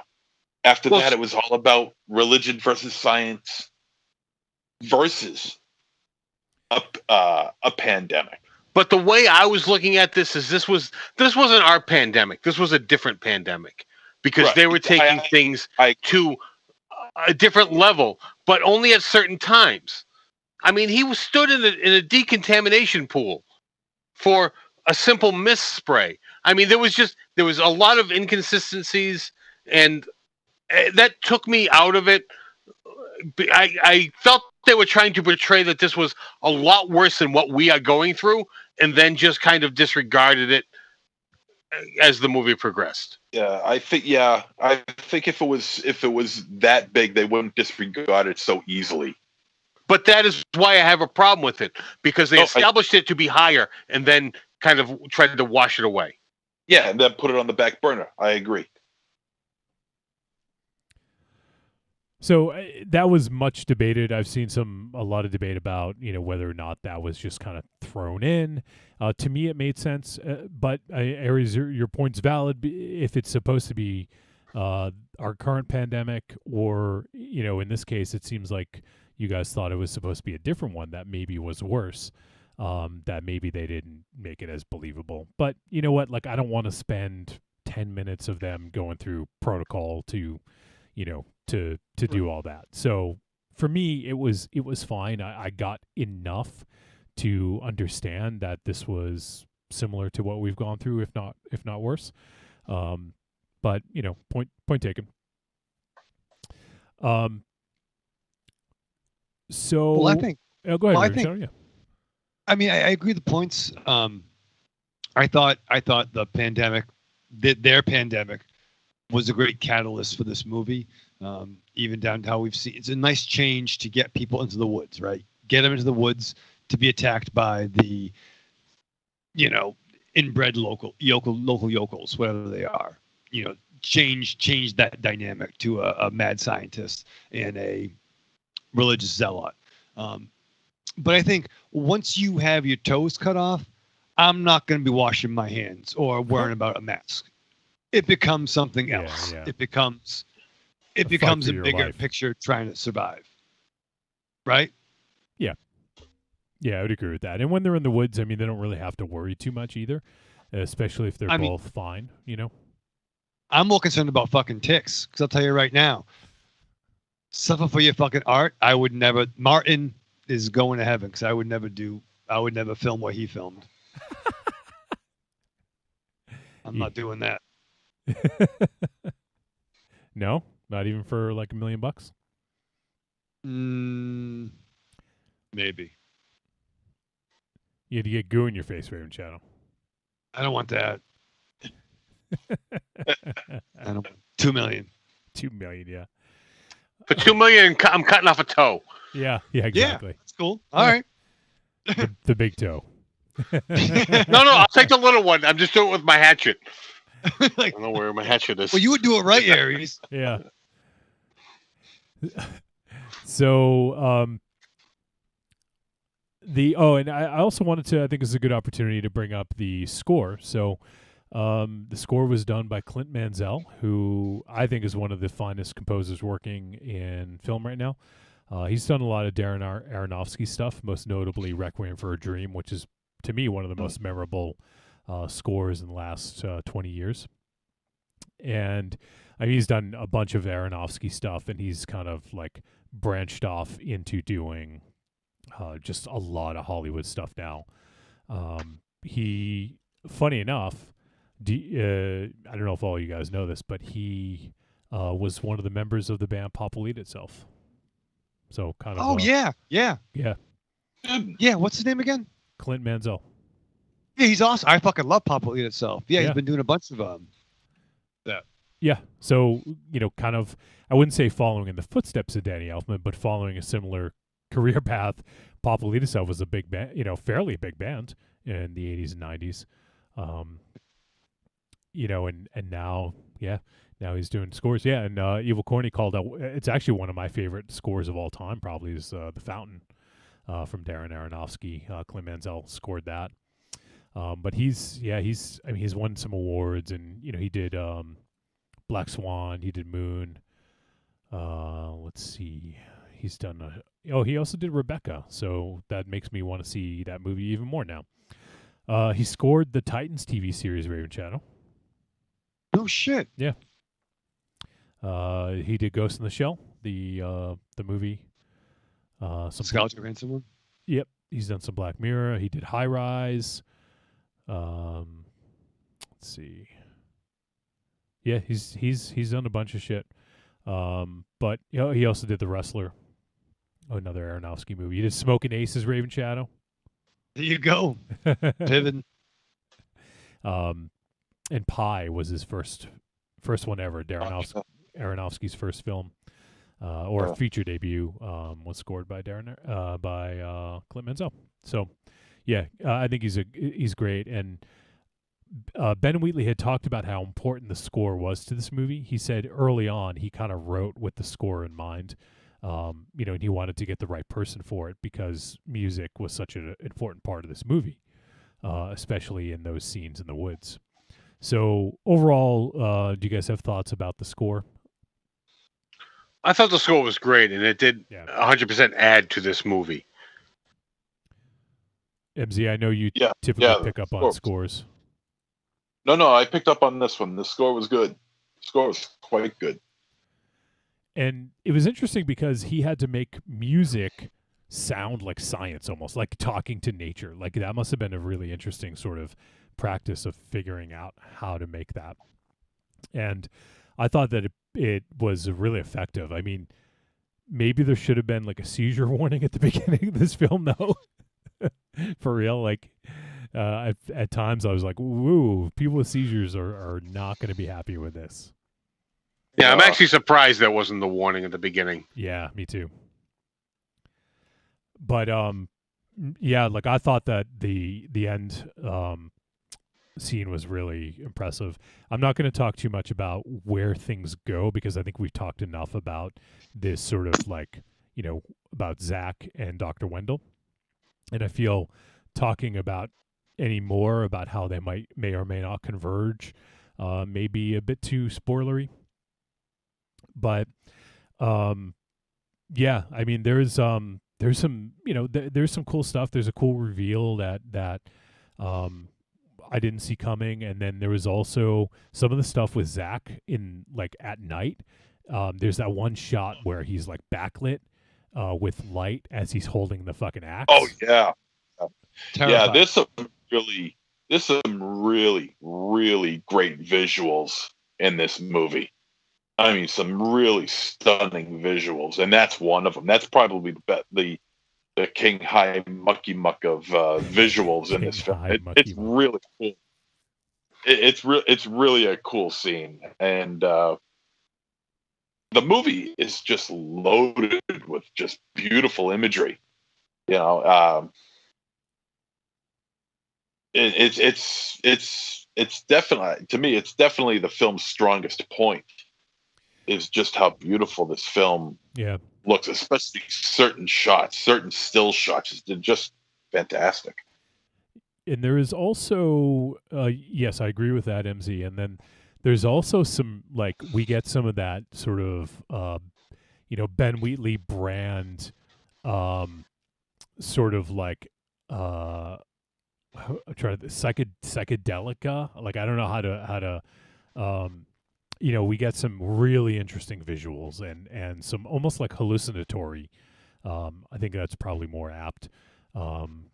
Sort of visuals as well, which there's like a kaleidoscope effect that we see, and yeah, there's some really cool stuff done in here. I could see that being a little bit too kind of hoity-toity for some people, a little too artsy, but he's done it in the past in some of his other movies, especially in A Field in England, and there is sort of a mushroom trip in this as well.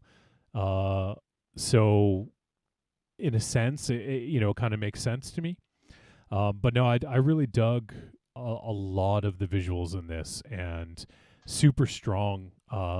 I just think it's a really well shot film. It's the music, as you guys said, really adds a lot to this, and it's just a really just interesting mix because it's a folk horror, but it's not just a folk horror. There is folk. It's almost like folk horror is an analogy for real world stuff, so we never actually see the folk horror like at its full effect. I mean, we see elements, but it's without giving too much away, it's one of those things where the legend is there, whether or not it's actually there is another question, right? Mm. And yeah. that, I know that's difficult to maybe answer without giving, without talking about spoilers, but talking about the culmination, what did you guys think of sort of the culmination of the ending of this? Was it satisfactory? Was it confusing? I felt that I felt like the third reel started to fall apart. It started to what's the word I'm looking for? It's it didn't hold together as well as I was hoping. There was something about it that just didn't sit well with me at all. Trying to think of the right word to use for this. I'm not exactly sure what it is. I know it's an easy word. I just can't think of it. It's on the tip of my tongue. God damn it. I just felt like the ending kind of like was rather lackluster. And I think that is, and I could see someone saying that, and I think that is potentially, if you're viewing it on the surface, I think that it could maybe miss. I think if you're tuned into a little bit more of what's going, and I'm not saying that that's what happened with UMZ, I'm just saying that if you're not tuned into some of the, story stuff beneath the surface, it may not land as well. But I think if you are sort of tuned into that, maybe it might land a little bit better, because then you could make connections as to why it ended the way it ended. So that's one of the things that, and when you do that, you could potentially lose part of your audience by having them not completely understand what's going on at the end. So I get that. It's one of those things that's difficult to balance out, Raven Shadow, did any thoughts about the end? Did it land for you? Did it not? Confusing? Yeah, I mean, not as much. I don't know. It wasn't quite the pop I was maybe expecting, but it still worked overall. And even like I was down with something they said earlier on in the picture about the green, which for me was a throwback to some old school like Alan Moore Swamp Thing stuff. Just about the planet and stuff. So it reminded me like, I don't know, like a folk horror or Swamp Thing. Yeah. Tale. I want to read something here. This is from, I actually hadn't read this prior, but I opened it up and I meant to read it before the show, but didn't have time. But I was just kind of perusing an article on Bloody Disgusting. Let me just see, written by Megan Navarro.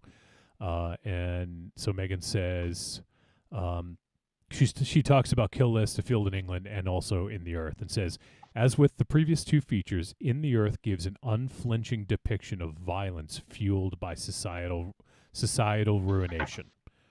So if you think about that, the violence in this is fueled, like, that's why I was trying to say that Zach kind of embodies religion. Like, if you got like hundreds and thousands of people, you can't, like, to represent that sort of train of thought, like, you would really lose a lot. So I think one person is sort of like the embodiment of religion fanaticism, I guess. Like, you have that party, and then you have Dr. Wendell, who is representing the science aspect of things. So, and what she says here is, with the previous features, In the Earth gives an unflinching depiction of violence fueled by societal ruination. Kill List, A Field in England, and In the Earth all feature folk horror, but its tropes and motifs are utilized as components rather than the driving force. The more extensive connective tissue between them is the distinct way in which Wheatley uses horror to scratch beneath the surface to explore British history and culture. Underneath modern civilization exists centuries' worth of stories, many of them dark. All three films offer allegories for intimately rendered accounts of social ruin and breakdowns in society. Wheatley makes them visceral through experimental styling, stark violence, and in the case of the latter two, mind-bending psychedelia. So I think that's kind of maybe like explains a little bit better, a little bit more succinctly what I was trying to kind of say. So I think that the folk horror aspect of it, the legend of Parneg Feg, is in essence a trope, or an allegory for society, of what's going on and some of the sort of horrors that lie beneath. So I think it's kind of an interesting way to look at it.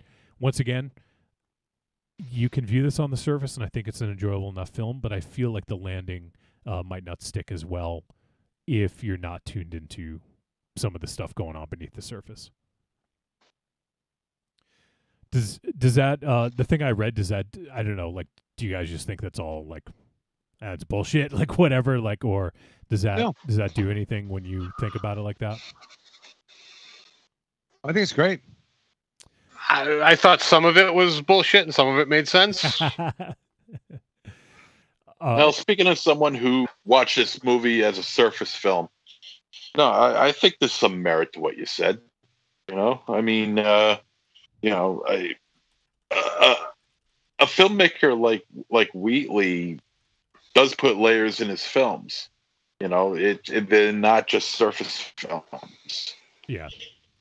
And while I saw this as a surface film, and knowing that it was directed by who it was directed by, that I was to expect layers. And on other films, I have expected layers, and I've noticed layers, but in this one, I did not. And I don't know. Maybe I probably should have, because this is a film that, given the content involved, should have layers. But for some reason, I never caught it. Yeah, I mean, and I didn't catch it all on the first time through either. I just want to make sure that that's clear.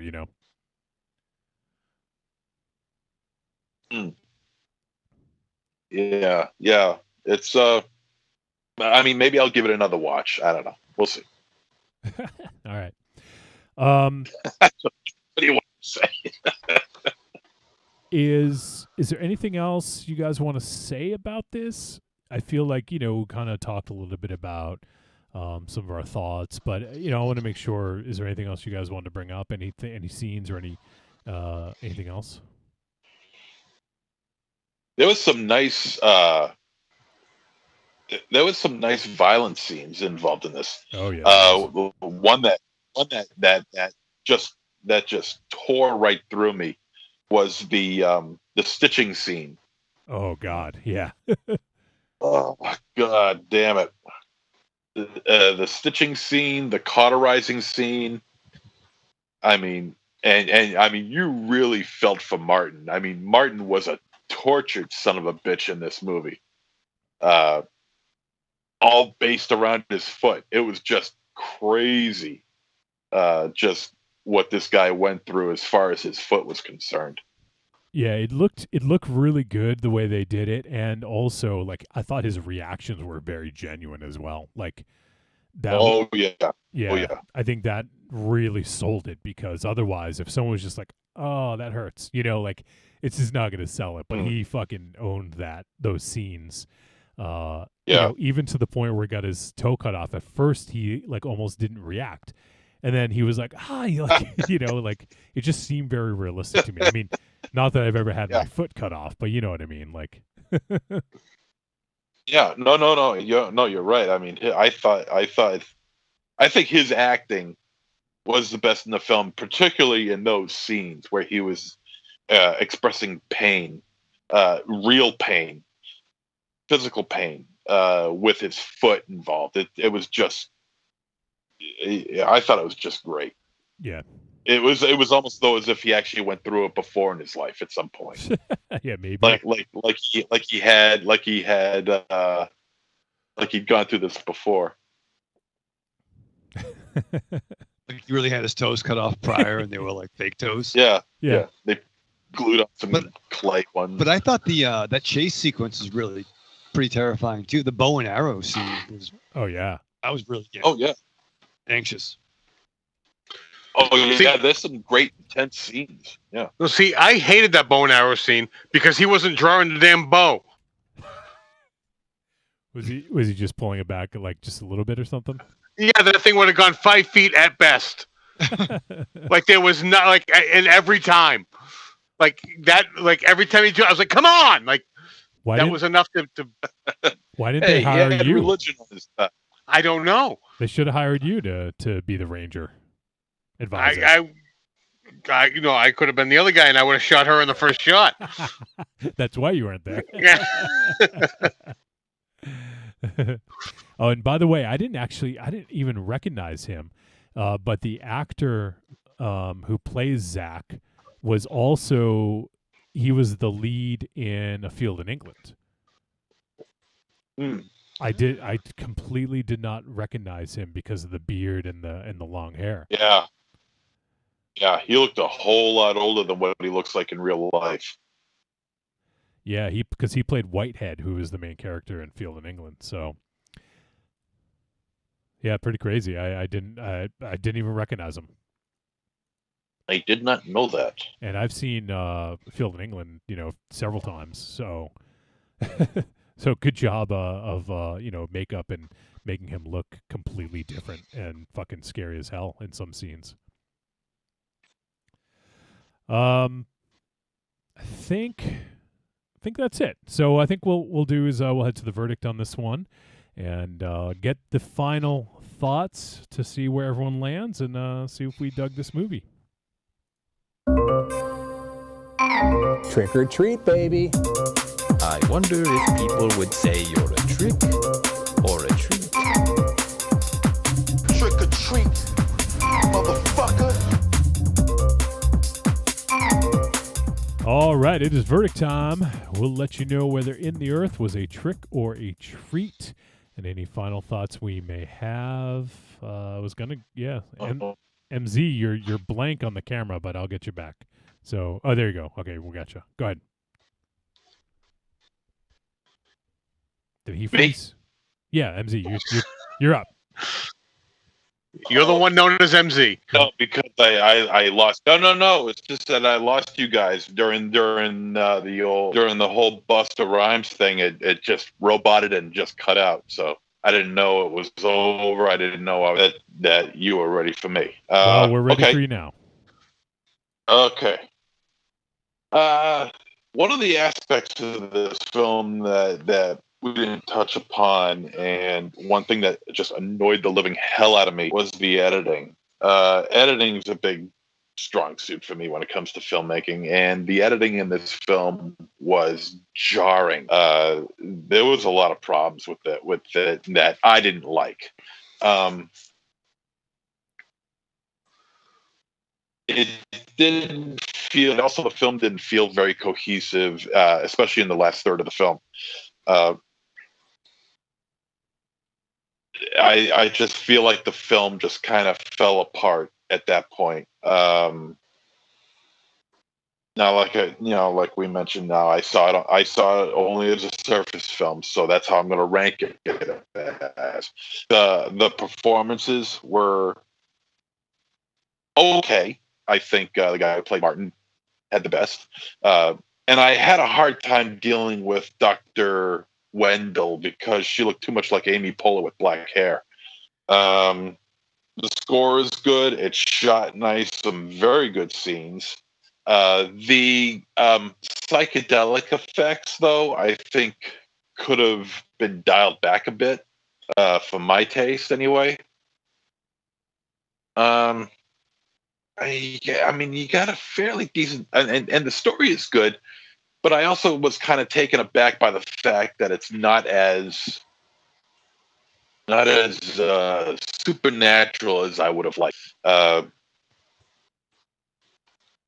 And also I mean, this is just me, but I just feel like if you need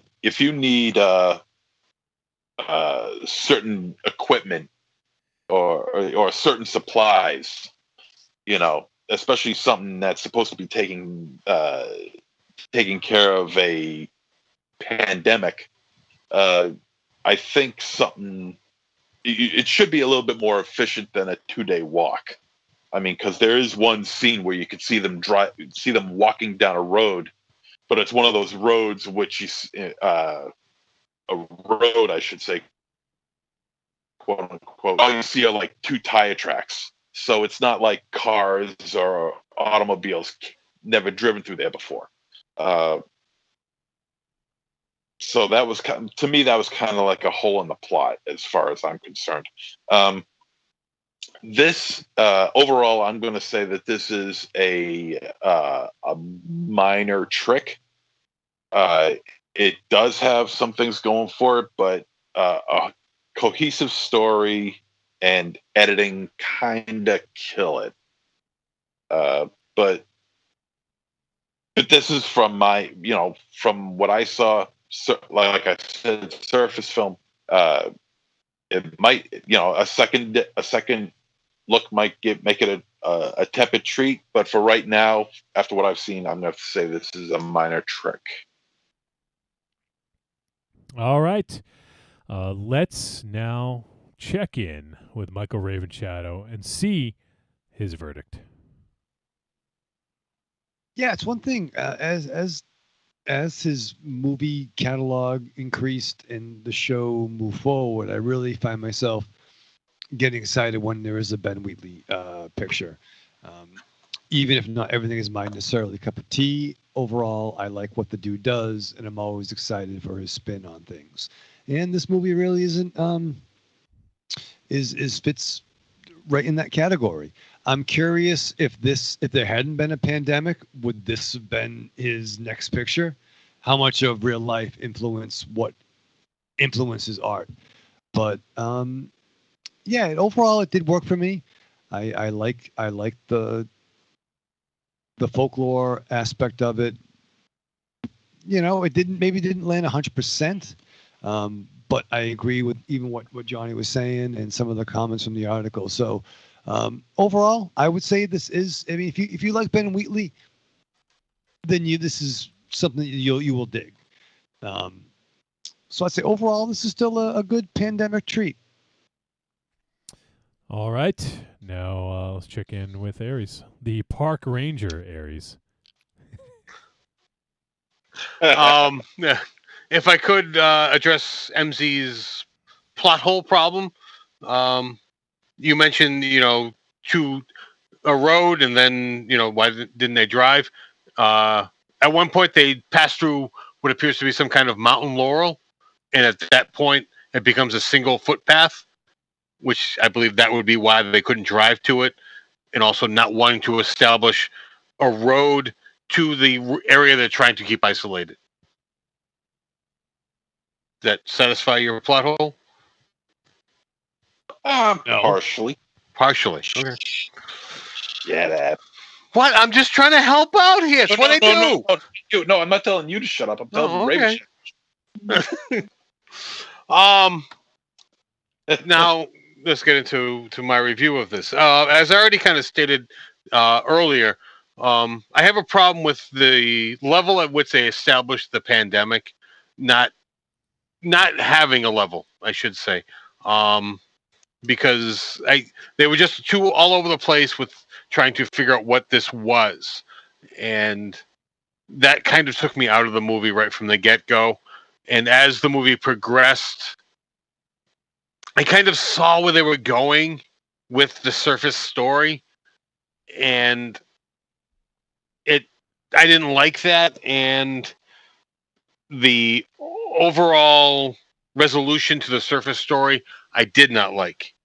And that being said, would not make me want to revisit to try to explore what I knew there was, a sub story and more to this, but there wasn't anything there to make me want to revisit this.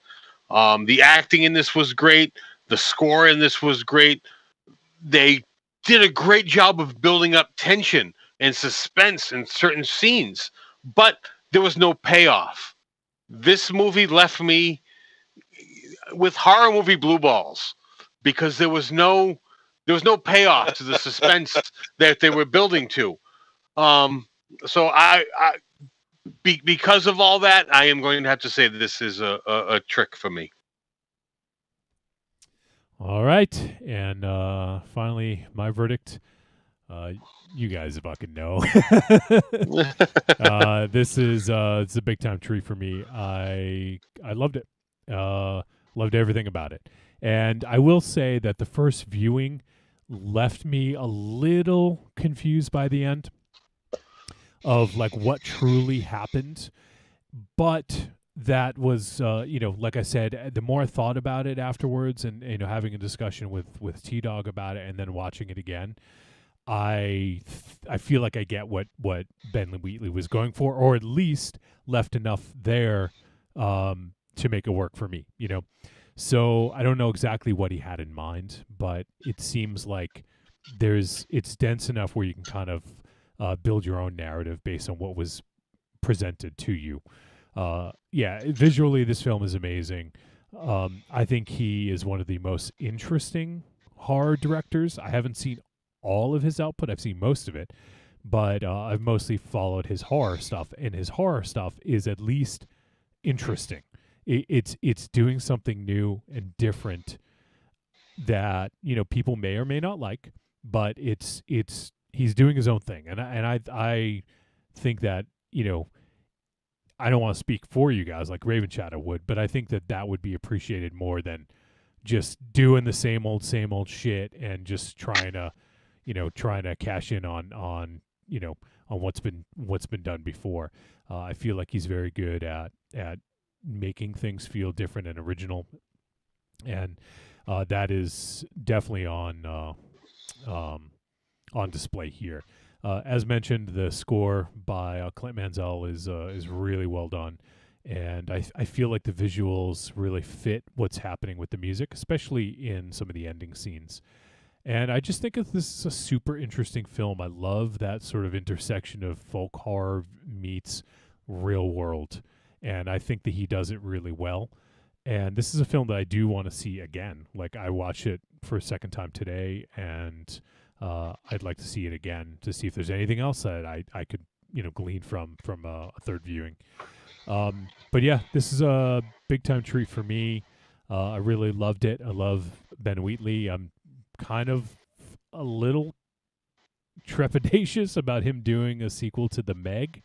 It's going to be interesting. I don't know how that'll work out, but you know what? Good for him. I mean, the dude's done a lot of sort of like smaller budget things, so hopefully he's getting a payday for this because I feel like he's earned it, and I think that he is worth a big payday. But maybe this is maybe he's going to be like Guillermo del Toro, where this is his sort of like what was the Guillermo del Toro? I'm trying to remember what was his sort of like the Hellboy. I don't know if it was Hellboy because that one wasn't a sequel. Like maybe Blade 2. That was kind of like mainstream, but it gave him what's that? His first mainstream? Oh, you know what? Let's say Pacific Rim. That to me is the one that didn't feel like a Guillermo del Toro film, but put him on like a bigger stage to allow him to do bigger projects, I think. Right. And granted, he had done a bunch of movies before that, but I feel like that was like the one that, okay, now he can do big budget. Let's let him just do whatever the fuck he wants to, because prior to that, he had done Cronus, which is fucking awesome, Mimic, Devil's Backbone, Blade 2, Hellboy, Pan's Labyrinth, Hellboy 2, Golden Army, and then Pacific Rim. So I feel like he obviously was on a bigger stage for a lot of those movies than Ben Wheatley was. But, it'll be interesting to see. And then from there, Guillermo went on to do Crimson Peak, The Shape of Water. He won a fucking Oscar for that. And, now he's doing, I guess he's doing Pinocchio. He's filming Pinocchio right now. So I'm sure that will be very interesting. And it looks like he's doing another movie called Nightmare Alley. So, yeah, I think that it'll be interesting to see what he does with that. But yeah, I love this movie, and it's a challenging watch. I think some people will love it, and some people will hate it, and as evident by our thoughts here, we had two treats and two tricks. So your mileage may vary, but I think that In the Earth is at least an interesting film to check out. I think people can get enough from it, even if you end up not liking the film. I think that there's enough here for people to latch onto and check it out. So yeah, give it a look if it's if you're interested. It's available on VOD currently. All right, well, that's going to wrap up our discussion of In the Earth. Now, next week, we're going a little bit more mainstream here, Raven Shadow. You're the mainstream one, right? No, I just kidding. Yes. So next week, we're going to be going to Netflix for a film coming out tomorrow on the 21st of May, and that is Zack Snyder's Army of the Why, yeah. Army of the Dead. We're going to do Army of the Dead from Zack Snyder. By the way, I saw some of that Justice League shit. Justice League shit. God, I wanted to gouge my eyeballs out. Why? Oh, it's just nauseating. Looking at Thor with a big beer belly and what? Fucking. Wait. All right. No. Wait. No.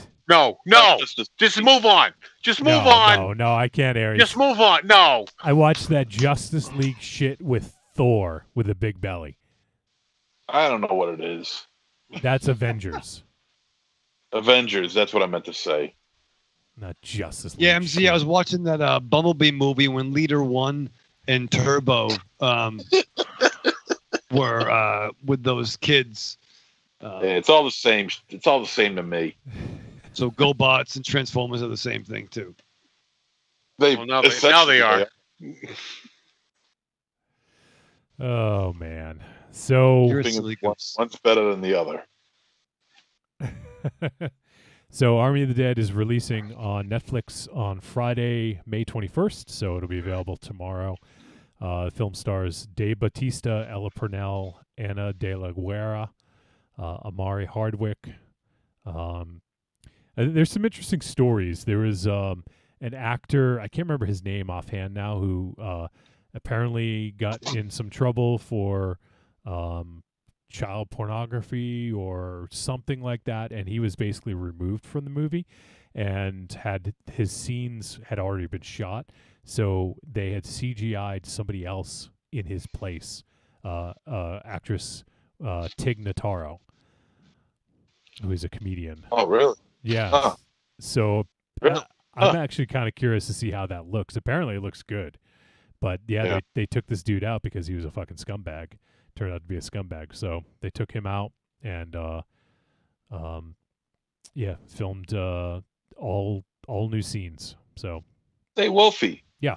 Why don't you tell everybody how long the movie is? it's South Korean length long. You guys got to set aside 2 hours and 28 minutes for Army of the Dead. Really? Is Fat Thor in it? Is who? Fat Thor. Fat Thor. Fat Thor. Oh my God! I think I just came up Fat with the. Thor. I just think I came Fat up with Thor. the. I think I came up with the episode title, Folklore and Fat Thor. So, Yeah. Yeah. That's pretty good. But yeah, 2.5 hours. So set aside some time. Or you know what, Rain Chow? You can do like a fucking TV show. Break it up into like 6 parts. I'm gonna break it up in 6 parts. Comes out tomorrow. You can start Like tomorrow. a Kit Kat bar. Yeah. Yeah. Break me off Yeah, a piece there of you that go. Kit Kat bar. Yeah, no. Kit Kats are only 5 pieces. You're though. off. We're gonna do that. Kit Kats are 4 pieces. 4? No, they're 5. I thought they were 5. Well, you know what? They can be as many pieces as you want. Thank you, Johnny. They're like Legos. You can see your imagination's fueled by it. So Double D says, I think Pan's Labyrinth was his breakout film. I agree that was his breakout film, but that was it was Devil's Backbone, right? well, Devil's Backbone was a pretty big film for him. It's hard to compare Ben Wheatley to Guillermo del Toro because Guillermo had a lot more success early on. Like his films were in theaters early on. I think what I was trying to say is like the Meg 2 could be Ben Wheatley's big budget foray into American filmmaking, where Guillermo del Toro, his was Pacific Rim. That's kind of what I was trying to say because yes, Pan's Labyrinth was put him on the map and it was huge. Yeah, because I mean they're good. It's kind of like Ronnie Yu, where they gave him the opportunity to start making films in America with Bride of Chucky. So they would take a director that's in the genre, and they would put him they would give him a project that would where studios would feel like it's not going to make that much money, but they're going to make it anyway, and with any hopes, they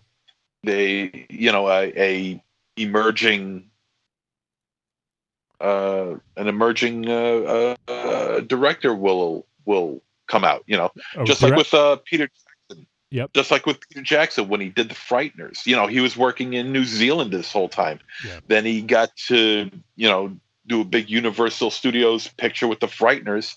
And then after that, it was boom, boom, boom, Hobbit, Hobbit, Hobbit.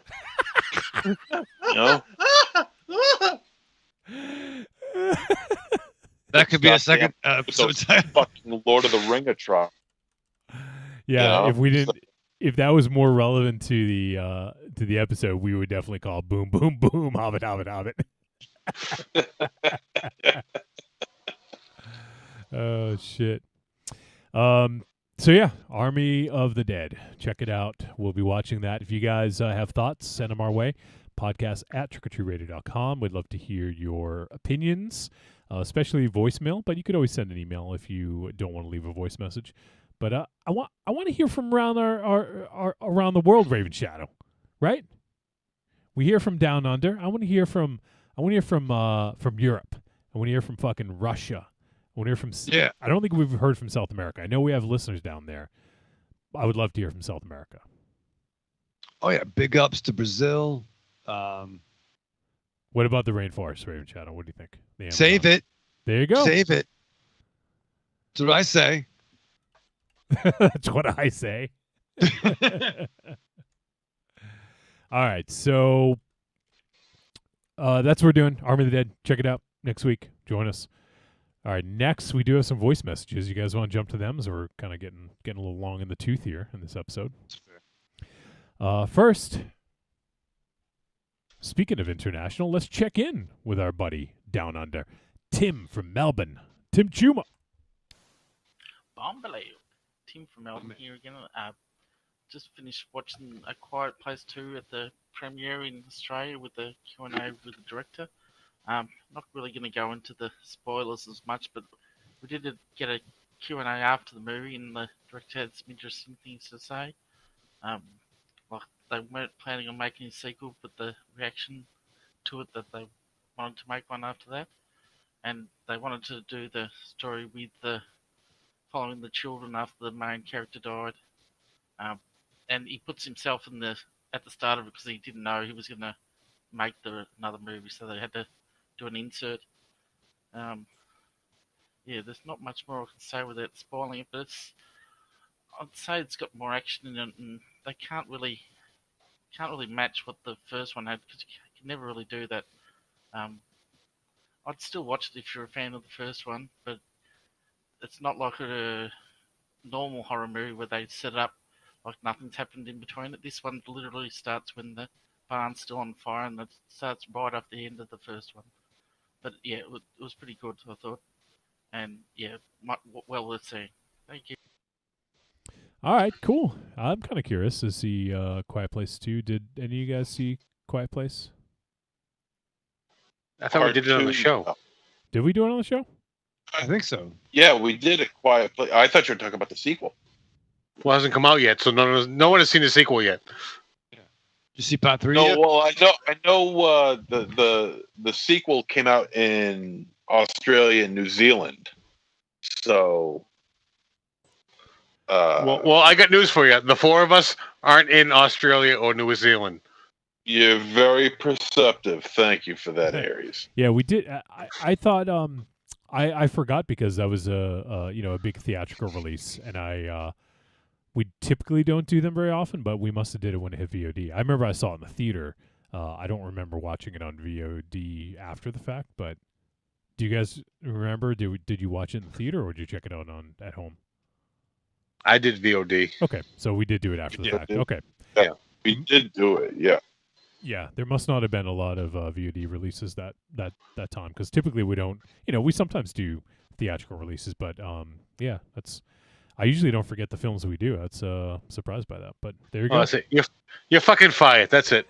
New producer. All right, guys. Raven The Shadow. show's done now.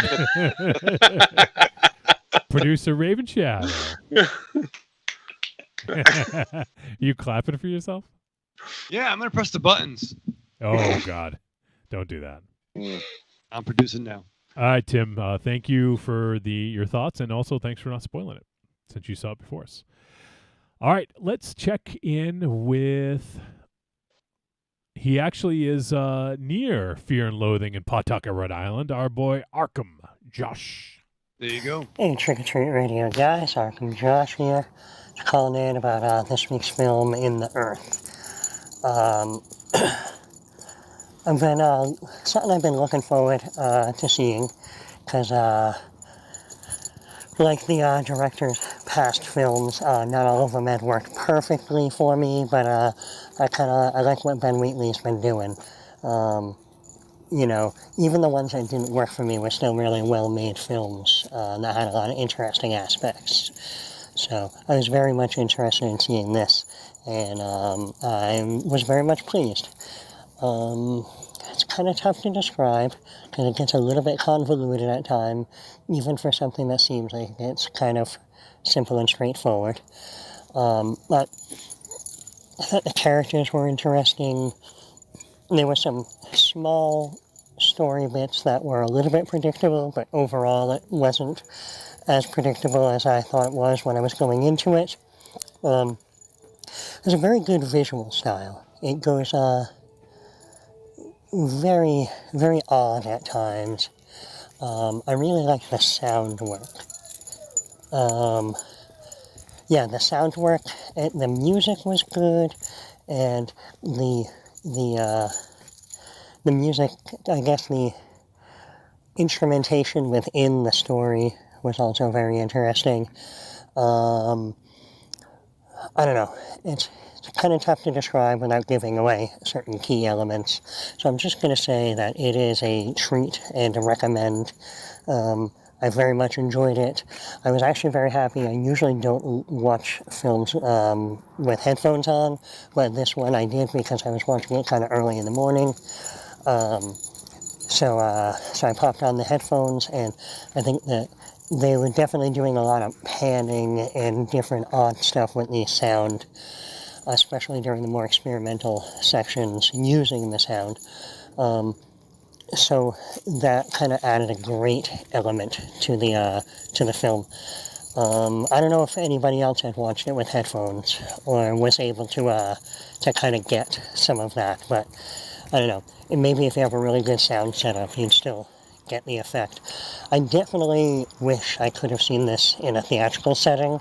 I know it played some places. I don't think it played here. I'm not sure, though. But like I said, overall, it is definitely a treat and a recommend. Look forward to hearing your discussion of the film and hearing what you guys thought of it. All right? Have a good one. Bye. All right, Josh. Thanks, man. Always good to hear from you. Glad you dug the flick. And thanks for checking in. All right. The next voice message, which is, let me just double check. I think it's our last one of the week. It has a visual aid, so I'm going to get that ready when we start playing the voice message. But let's hear Raven Shadow. It's been a while. It's been a while since we heard from this dude. He is your partner on Bomba Radio. Yeah. Our boy, Nathan Cotton Coy Vance Duke. Hey, guys. This is Cody. Been a very long time, but I wanted to reach out again. I feel like I've got so much to catch up on, but I'll try to be brief. I have been listening to, I caught up on a lot of the Patreon stuff. You all talked about little people's contribution to cinema, really sort of focused generally on genre cinema. And I don't think you mentioned Vern Troyer at any point, which is reasonable. But when it comes to his contribution to genre cinema, he portrayed Pinocchio in the Leprechaun / like Rumpelstiltskin ripoff, Pinocchio's Revenge, sometime in like the early or mid 90s. And like 10 years ago or something, I watched it, and I just happened to see his name pop up in the credits, because this was pre-Austin Powers, so there's no reason to bill Vern Troyer anywhere. And I tweeted him, and I said, I enjoyed Pinocchio's Revenge, and he replied to me, "Wow." So one of my favorite Twitter interactions. I'm not unsure of how to take his wow, but I didn't press on. Another thing, the found footage movies you talked about history of, and I think 10 best or MZ's 10 favorite. One that I didn't hear mentioned, and one that I only hear mentioned on like lists of best found footage horror movies that maybe you haven't heard of, is one from a couple years ago called Be My Cat, a Film for Anne, that I think I have heard MZ talk about before, or maybe it was Mars. But it is so far the only film by the star and director and writer, to whatever degree these found footage things are written. But it is about this demented, just like European guy in a sort of like remote town somewhere who is completely obsessed with Anne Hathaway, and sort of lures a bunch of sort of desperate actresses to his small town in order to act out scenes, in order to record them and pitch a movie to Anne Hathaway, and things obviously go sideways. I'd recommend it very highly. It's on an app called Hoopla, I know, which a lot of public libraries work through. Recommend it really very highly. And lastly, I'll keep this brief.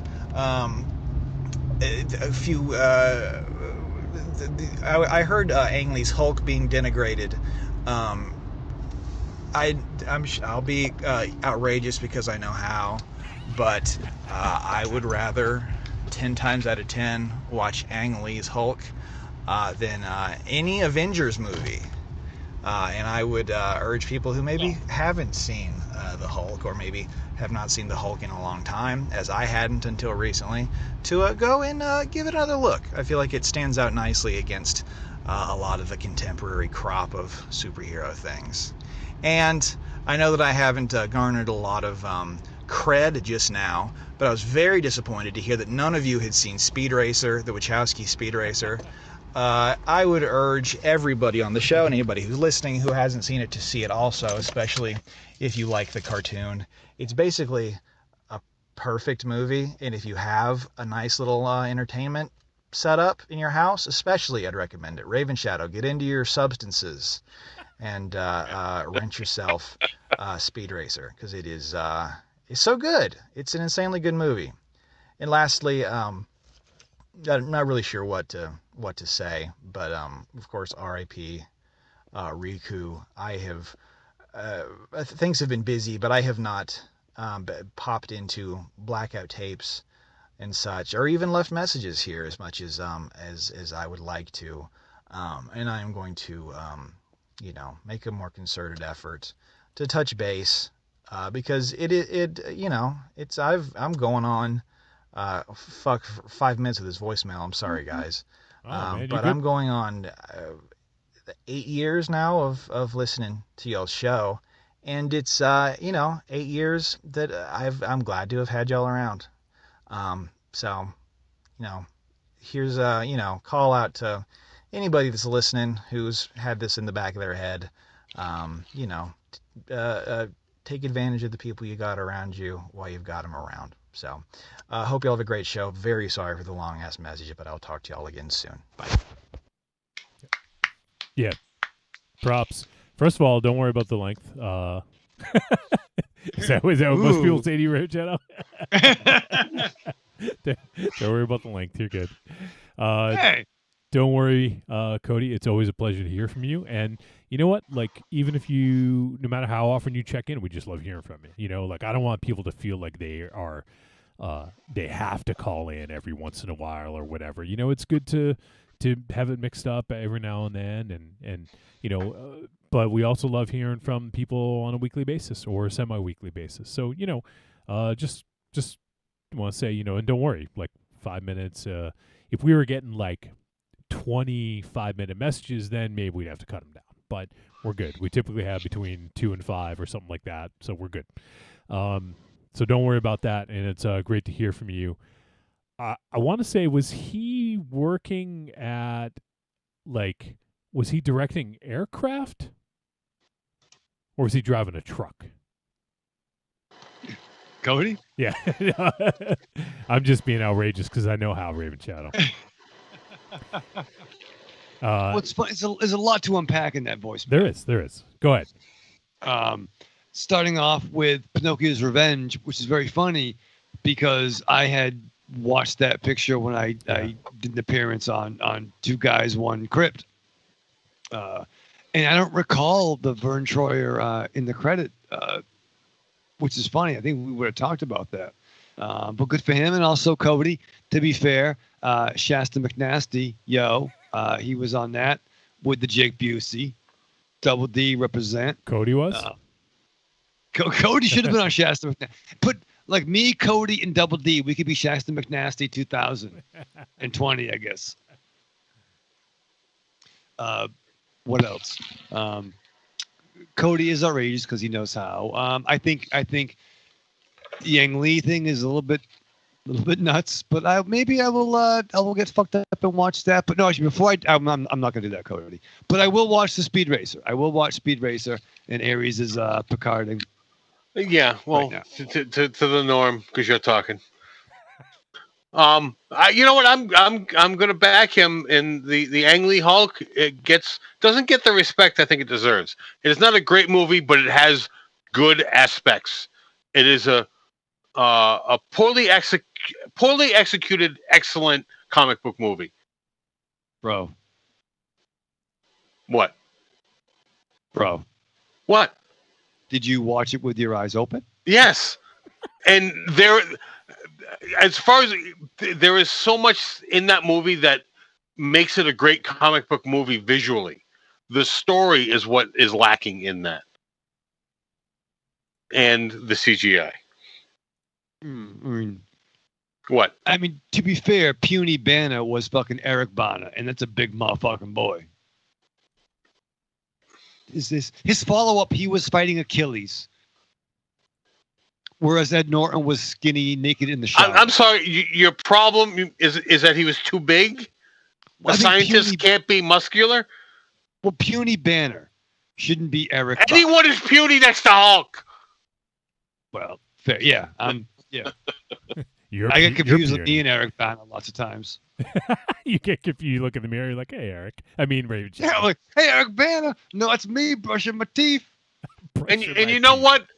Him being a little muscular adds to the statement of puny Hulk. Yeah, what do you think of that? Because only Hulk could say puny to him. Puny Bana. Yeah, it wasn't like he's like the fucking Chopper. I mean, I don't know. The pop-ups, I don't know. I mean, I was so mad that Double D didn't make it to the theater, and then when he got there late, and I was like, "You're so lucky you didn't come to see this movie." I'm not saying it's a perfect movie, but it is a poorly executed comic book movie. Like, if that movie had a better story and better CGI, you would have saw more movies like that in the future. Because they were making a live-action comic book in that movie. I mean, the pop-ups were interesting. I think. Yeah, the panels were great, and the MCU has been trying to recreate that, and they've done a much better job of that. But trying to recreate comic book panels in motion pictures. I don't. But I think it. So I struggle with, and I get what you're saying. It did it out of. It wasn't the way we read them, so it like popped in different sections. It was an interesting experiment. I don't disagree with that. I thought the best part of that movie, there was one point when Hulk was jumping and the wind in his hair, and he actually looks happy. That was a great scene. And then he fought Hulk poodles. Wait, you make it sound like it was fucking Rocky Dennis. the wind through my hair. Yeah, it was like Rocky Dennis meets Corvette Summer. Yeah. Oh shit! All I right. love you. We do have. Call me, bro. I'm off tomorrow. I want to read some of the chat, and I'm going to get back to Nathan in just a sec.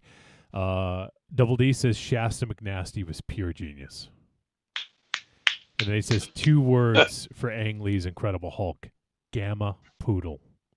Thank you, Double D. The Double D, you listen. And then he says that movie is preposterous.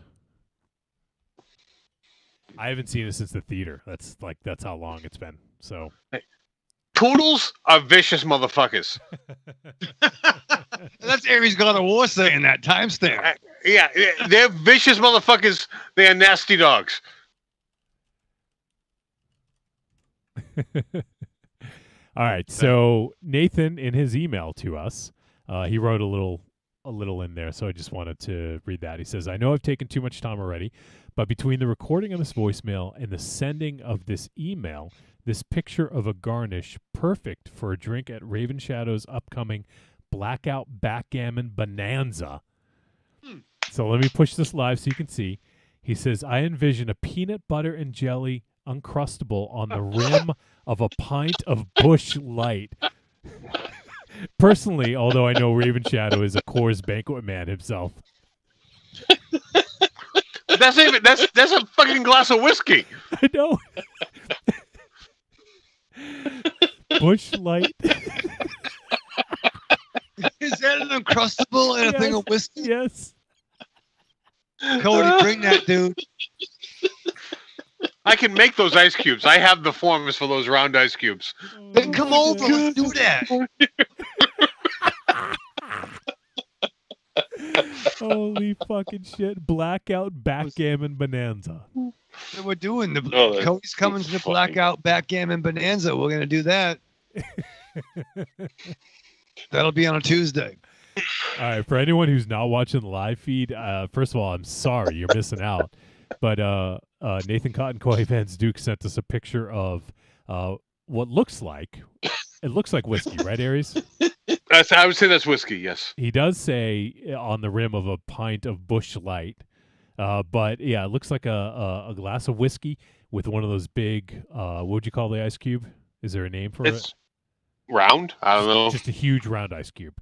With whiskey with an Uncrustable as a garnish on the lip of the fucking cup.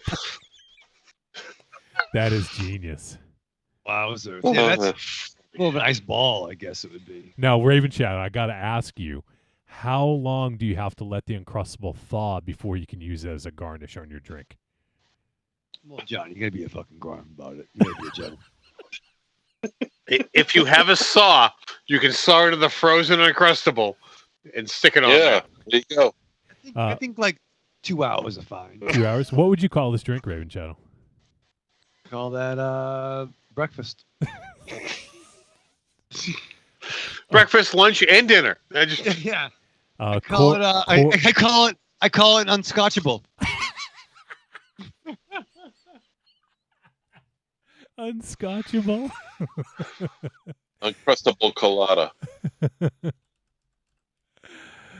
That's not beer. That's whiskey. You go up, Raven Shadow, you go up to the barkeep and you say, can I have an unscotchable? And he's like, how about you bend over? I'll shove it straight up your ass. On the rocks is fine. Wow. Aries, what do you think of this picture? Are you appalled? Oh, did we lose Aries? He froze. Look at him. He's admiring. Yeah, it. He's in shock.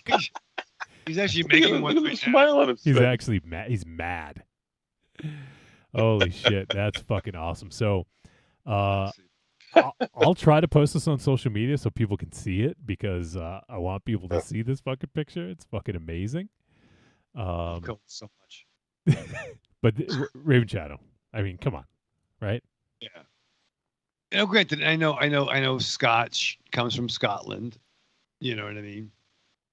But I would do that. We're gonna do that. It'll end up being last person standing, me and Cody, after a day of fucking backgammon, winning the belt, winning the backgammon belt. Backgammon belt.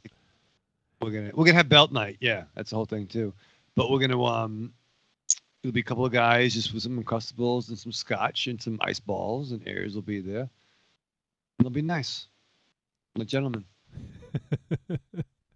Well, and he also said some nice things about about Riku and about just, like be in touch with the people who are close to you.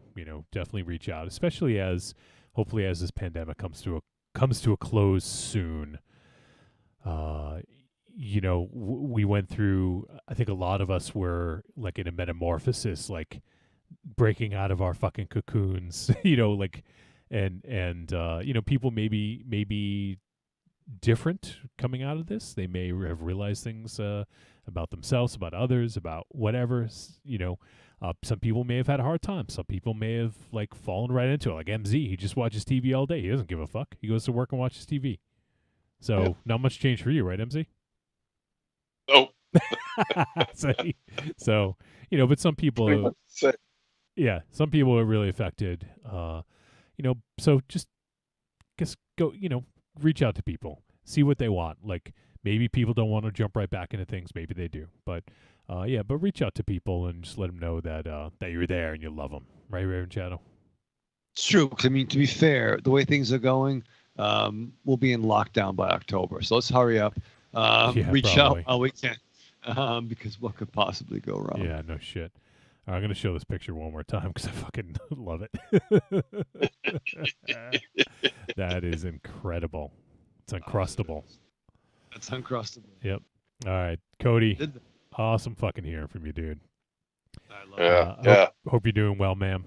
And that was amazing. More pictures. I want to see more pictures. All right, that's it. That's it for voice messages. We lost Aries, I think. He's still frozen. Yeah. I don't know if he lost. Much nicer that way. He's like smiling. It's true. He is. He is a lot nicer when he's frozen. He's not calling me a motherfucker. Ask one question, Raven Shadow. Aries, don't move at all if you think I'm the best.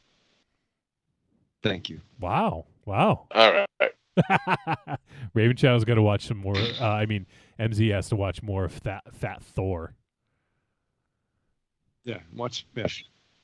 Fat Thor and that Justice League shit. Were you flipping channels and TNT had Endgame on and you thought it was the Snyder Cut? No, I was over at my mother's house and she had it on, so I watched. Because she likes that stuff. She's in Can your Iron mom Man do the show? and all that. Yeah. Huh? Can you get your mom on the show instead of you? Can you get your mom on the show instead of you?